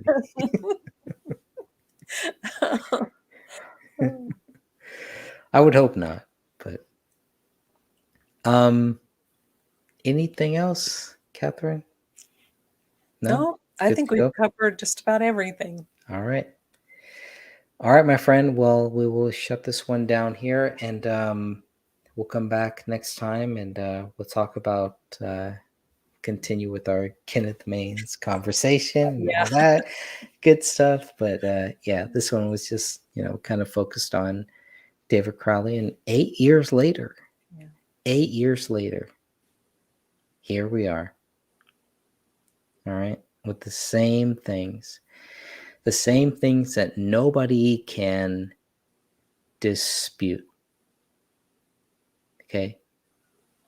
Yeah, It's thank you nothing. everyone for joining though. I mean, I love the chat room. You guys are amazing. Yeah. Rick is asking how many pints of blood are in an adult. Ooh, I don't know. Yeah, roughly close to 8. Yeah. Okay. It depends on the person and your size. 8's probably a good round figure.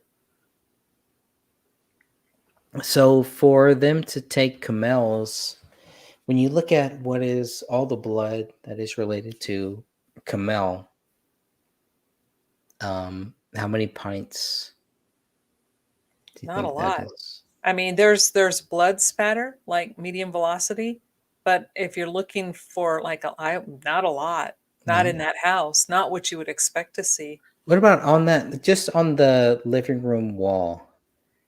What do you think there? I don't know. I'm not really good with judging pints and stuff, but I mean, that would probably take a bit, yeah, to write Allahu Akbar. Yeah. I mean, could it come directly from the person's blood? Do you have to bleed them out? Or are we talking about a certain area? How do I transfer Kamel's blood from her body, from her dead body, onto that wall? Well, and you know what? That's an excellent question. And we've all asked that a lot of times, but not one the police have addressed because according to them, she's only shot in the head, right? Right. But clearly there's no pooling of blood from the head in order to get that blood to put it on the wall. Well, she has both of her hands Well, missing, right? but they're So saying that happened after they were dead. So that's like post-mortem dog scavenging. They're blaming the dog for that. Not yeah. So if you're see. looking, it was just supposedly the gunshot wound to the head, but they never addressed. This is what I'm saying. What they did actually is kind of brilliant. They don't fill in any gaps whatsoever. They don't even put out a theory. They leave it for the general public to fill in the blanks on their own and then create their own story. Kind of like Mad Libs. Wow. They, you kind of get a little bit of sentences and then you put in your adjectives and your adverbs and your pronouns and your nouns and you make your own story. And that's really all that's happened. But, if she had not been injured and if there was not a draining of or a collecting of blood in a vessel, then where did the blood to write on the wall come from? Didn't come from a head wound. Excellent point right there. So that kind of discounts their theory that the dog ate both of her hands. But yeah, that and the fact that her hand is under her body and the imprint on her on the sweater and on her shirt, which shows and proves that because it was imprinted. So she had that was laying on it for a long period of time. So that hand was always under her body when she was placed there. So that meant the hand was missing prior to her being there. So none of this, and that's what I'm saying. It's like when you start to figure this out, you're like, wait a minute, this doesn't make any sense. So the hand had to have been removed prior to her being put down there, which means the dog didn't do it. So we know David wasn't cutting off her hand. So who did it? Right. So if they want to blame the dog for Kamel's hands, then you're saying the only way that David could have written Kamel's blood, Allahu Akbar, and the only way that her blood could have been contributed to another room, to the living room, to the kitchen desktop, to the kitchen laptop on the kitchen island, to everything else. So all of her blood would have come from those two shots, not from the animal scavenging, which would be the two hands. Correct. Okay. So that's that what I want you to think. Right. So he would have had to have made sure that he shot her and then was able to collect that blood, enough blood, to write on the living room wall, to transfer that blood to the kitchen island laptop, to transfer that same blood to the hallway, Correct. to transfer the same blood to the office bedroom, to write that letter, I have loved you all. Or no, to write the thing, open the rise, recent version, whatever. Submit to Allah. Yeah. Submit to Allah now, open the rise, most recent version. And all of the notepad pages, all of that blood would have had to have come from her headshots, not from her hands, because those hands are attributed to animal scavenging. Wow. Yes. And There you all go. of that without leaving a puddle of blood under her head on the floor. Mm. It's a miracle. I'm telling you. It's pretty amazing. He would have had to have planned that. Yeah. Have a bucket right there and say, hey, Kamel, I'm gonna shoot you here so I can take your blood and move it all around this house. Mm-hmm. Right. Yeah. If they don't want to attribute her hands to if they just want to say, well, her hands are missing because of animal scavenging, not because of anything else. Yep. And they really should, I want to find out whose blood is on that recliner. Was that David's or was that hers? Yeah, I think it was Ranya's. Yeah, it could have been Rania's too. I think it Who was Rania. I think that was her there, but we don't know. Mhm. That, to me, I mean, looking at the way the bodies were and everything, the investigators, that should have made the most sense. They don't even go there. Mhm. They just want to, oh, it's a tragic event. Let's not even talk about it. Let's just move on. Yep. No. Where's your face? Sorry. I'm sorry. Yeah. So, I mean, they can't have it both ways where you say, well, both of Kamel's hands, they're both cut. Okay, I could see a lot of bleeding out there, blood that I could use to put on the wall, to put in the living room, to put on the laptop, to walk over to the office bedroom and to put the blood there that is all Kamel's blood. All of that blood is Kamel's blood. There's no Kamel's blood in the bedroom, in the master bedroom where the gun was, where the gun should have been. And Mhm. it's only Kamel's DNA on the gun safe. Correct. No blood in the master bedroom. So all of that, I mean, they're really saying that all of the blood that we see in these other areas, in these other rooms, should have come from Kamel being shot twice. It had to have come from that head wound. And if it did, why isn't there more on that, on the floor, right? That's what you're It's saying. completely clean under her head on that rug. There's nothing there. But yet she bled enough to do everything you said, especially for them to write on the wall. Yeah. Which there's a couch right there. Mhm. Really not. I mean, you could argue there may be some little splatter.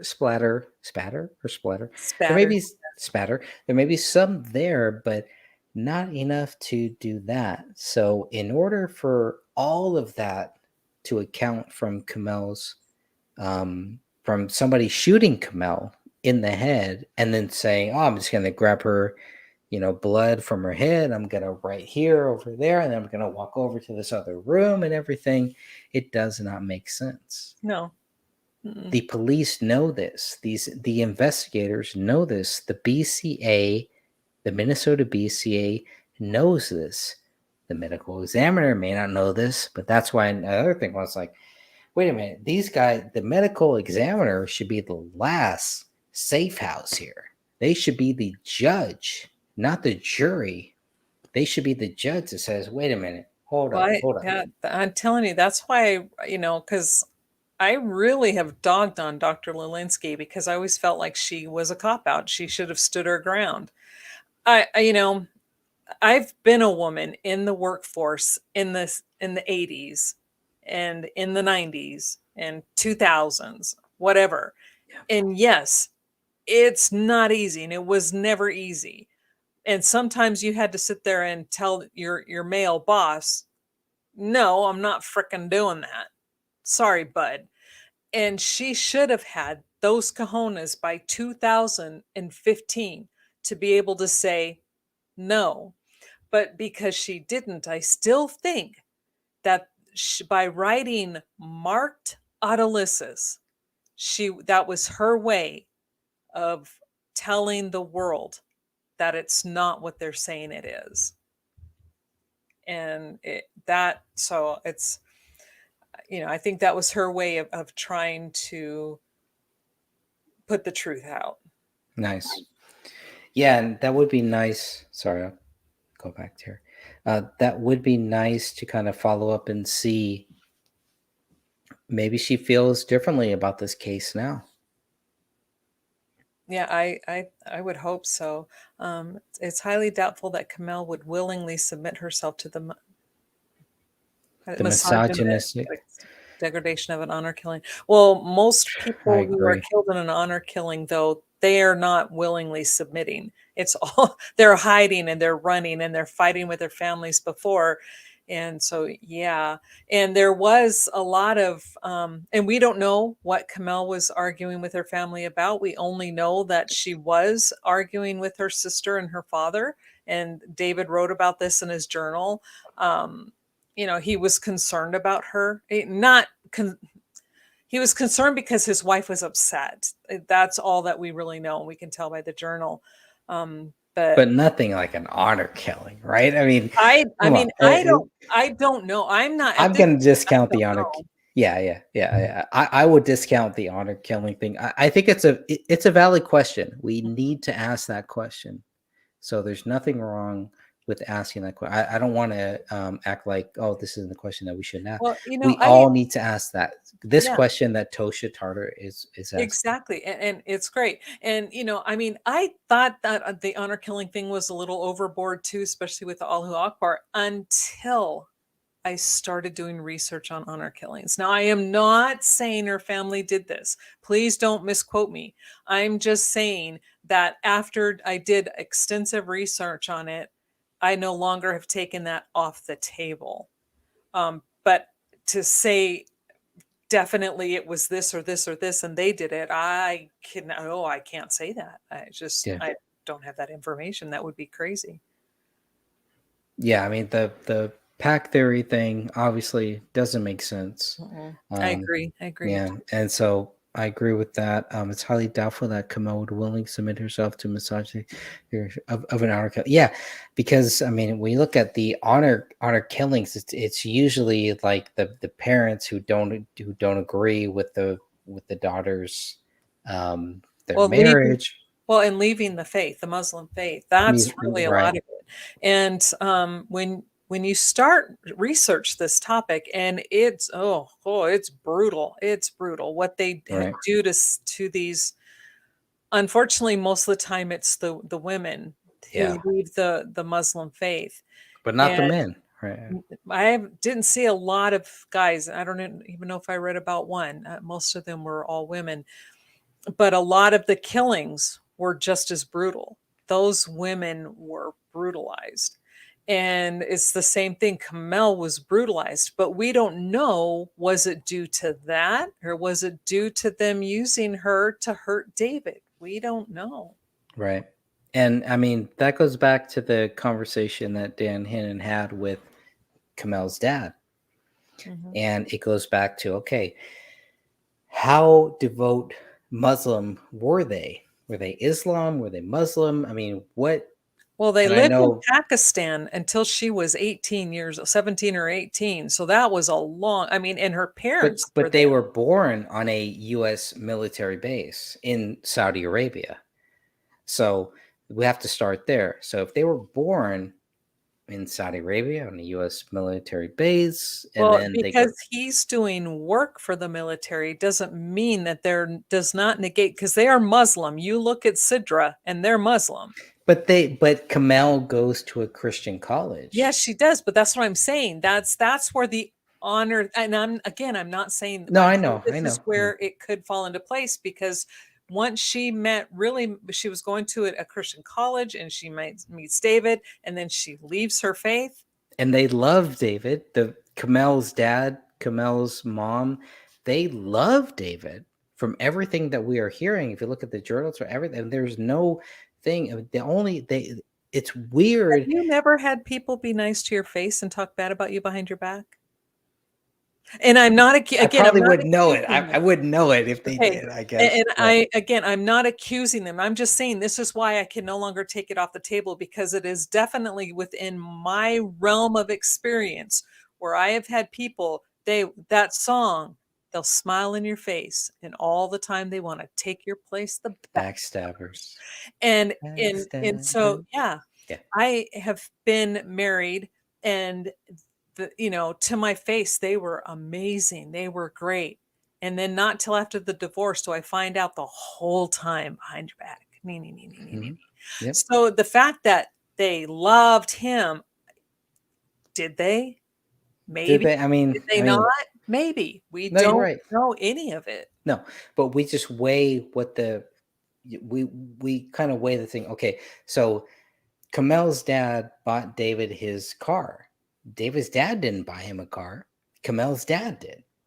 Mm-hmm. Okay, so they have cars. Kamel's dad is helping them out. Where's David's dad? During this whole time, David and Kamel get married. They meet each other within 2 weeks. They're married. I mean, there's a lot of variables here that we have to take into consideration here. I know people that have, they met in a couple weeks, they were married, and they're still married today. Yep. It seems rare to me. That doesn't mean that it's rare to God. You know what I mean? Right. But so just looking at those things to comparing to, wow, okay, I know a few people that they've gotten married and everything, but if we just look at these facts of what it's a very 2 weeks and they're married. It's like It's strange. And I've only known one couple that did that. And in fact, they actually knew each other shorter. I only know two. Yeah. It's like they met each other, and I think they got married the next day or the day after, and they had this fantastic marriage. And that happens. On the flip side, I know people who dated for 5 years get married and they're divorced within 3. That's you horrible. just never know. You never know. Never know. You're right. But and the thing is as far as an honor, and again, I have to stress this, and you know why. I am not saying this is what it is, but I am definitely saying research this topic, and it will give you a whole different perspective, and you'll go, oh, because when you start looking at the blood results, and some things make sense, but then other things don't. Other parts of this so-called honor killing. Like, why did Sidra tell the police officers that the Quran was open to a forgiveness prayer when it's a story about Lot and Sodom and Gomorrah? I'm sorry, that's not a forgiveness prayer. Yeah, and she also was not there, so she doesn't know what it was, but also there were pages that were ripped out too. I bought the Quran and I went looking everything up. I found no forgiveness prayer. Maybe I should do a video on that. I think you have. I think you have covered some of that. Yeah, just because, and it's still on my bookshelf. Because I'm like because I wanted to read it for myself. So I went and did this massive research and found the Quran that was, considered the best one for people like me, who aren't part of the religion. So it was written and then translated by the most respected person. Mm-hmm. So when I bought that and I compared it and started looking at all this stuff, and that's why I'm like going, Sidra, that is not a forgiveness prayer. And that's the story when, it's talking about Lot and Sodom and Gomorrah. And then you look at the other pages, like you said, there were other pages that were torn, but they're in pieces. And there's no forgiveness prayer in any of that. No. The pages that it's open to, it really talks. It's more about we're moving away from something where we have to relocate. They're relocating. Yeah, because from they something, call it which made loot. me think. They say loot, and we say lot, but Loot was being told to leave the city, to get out Leave the and go city. there.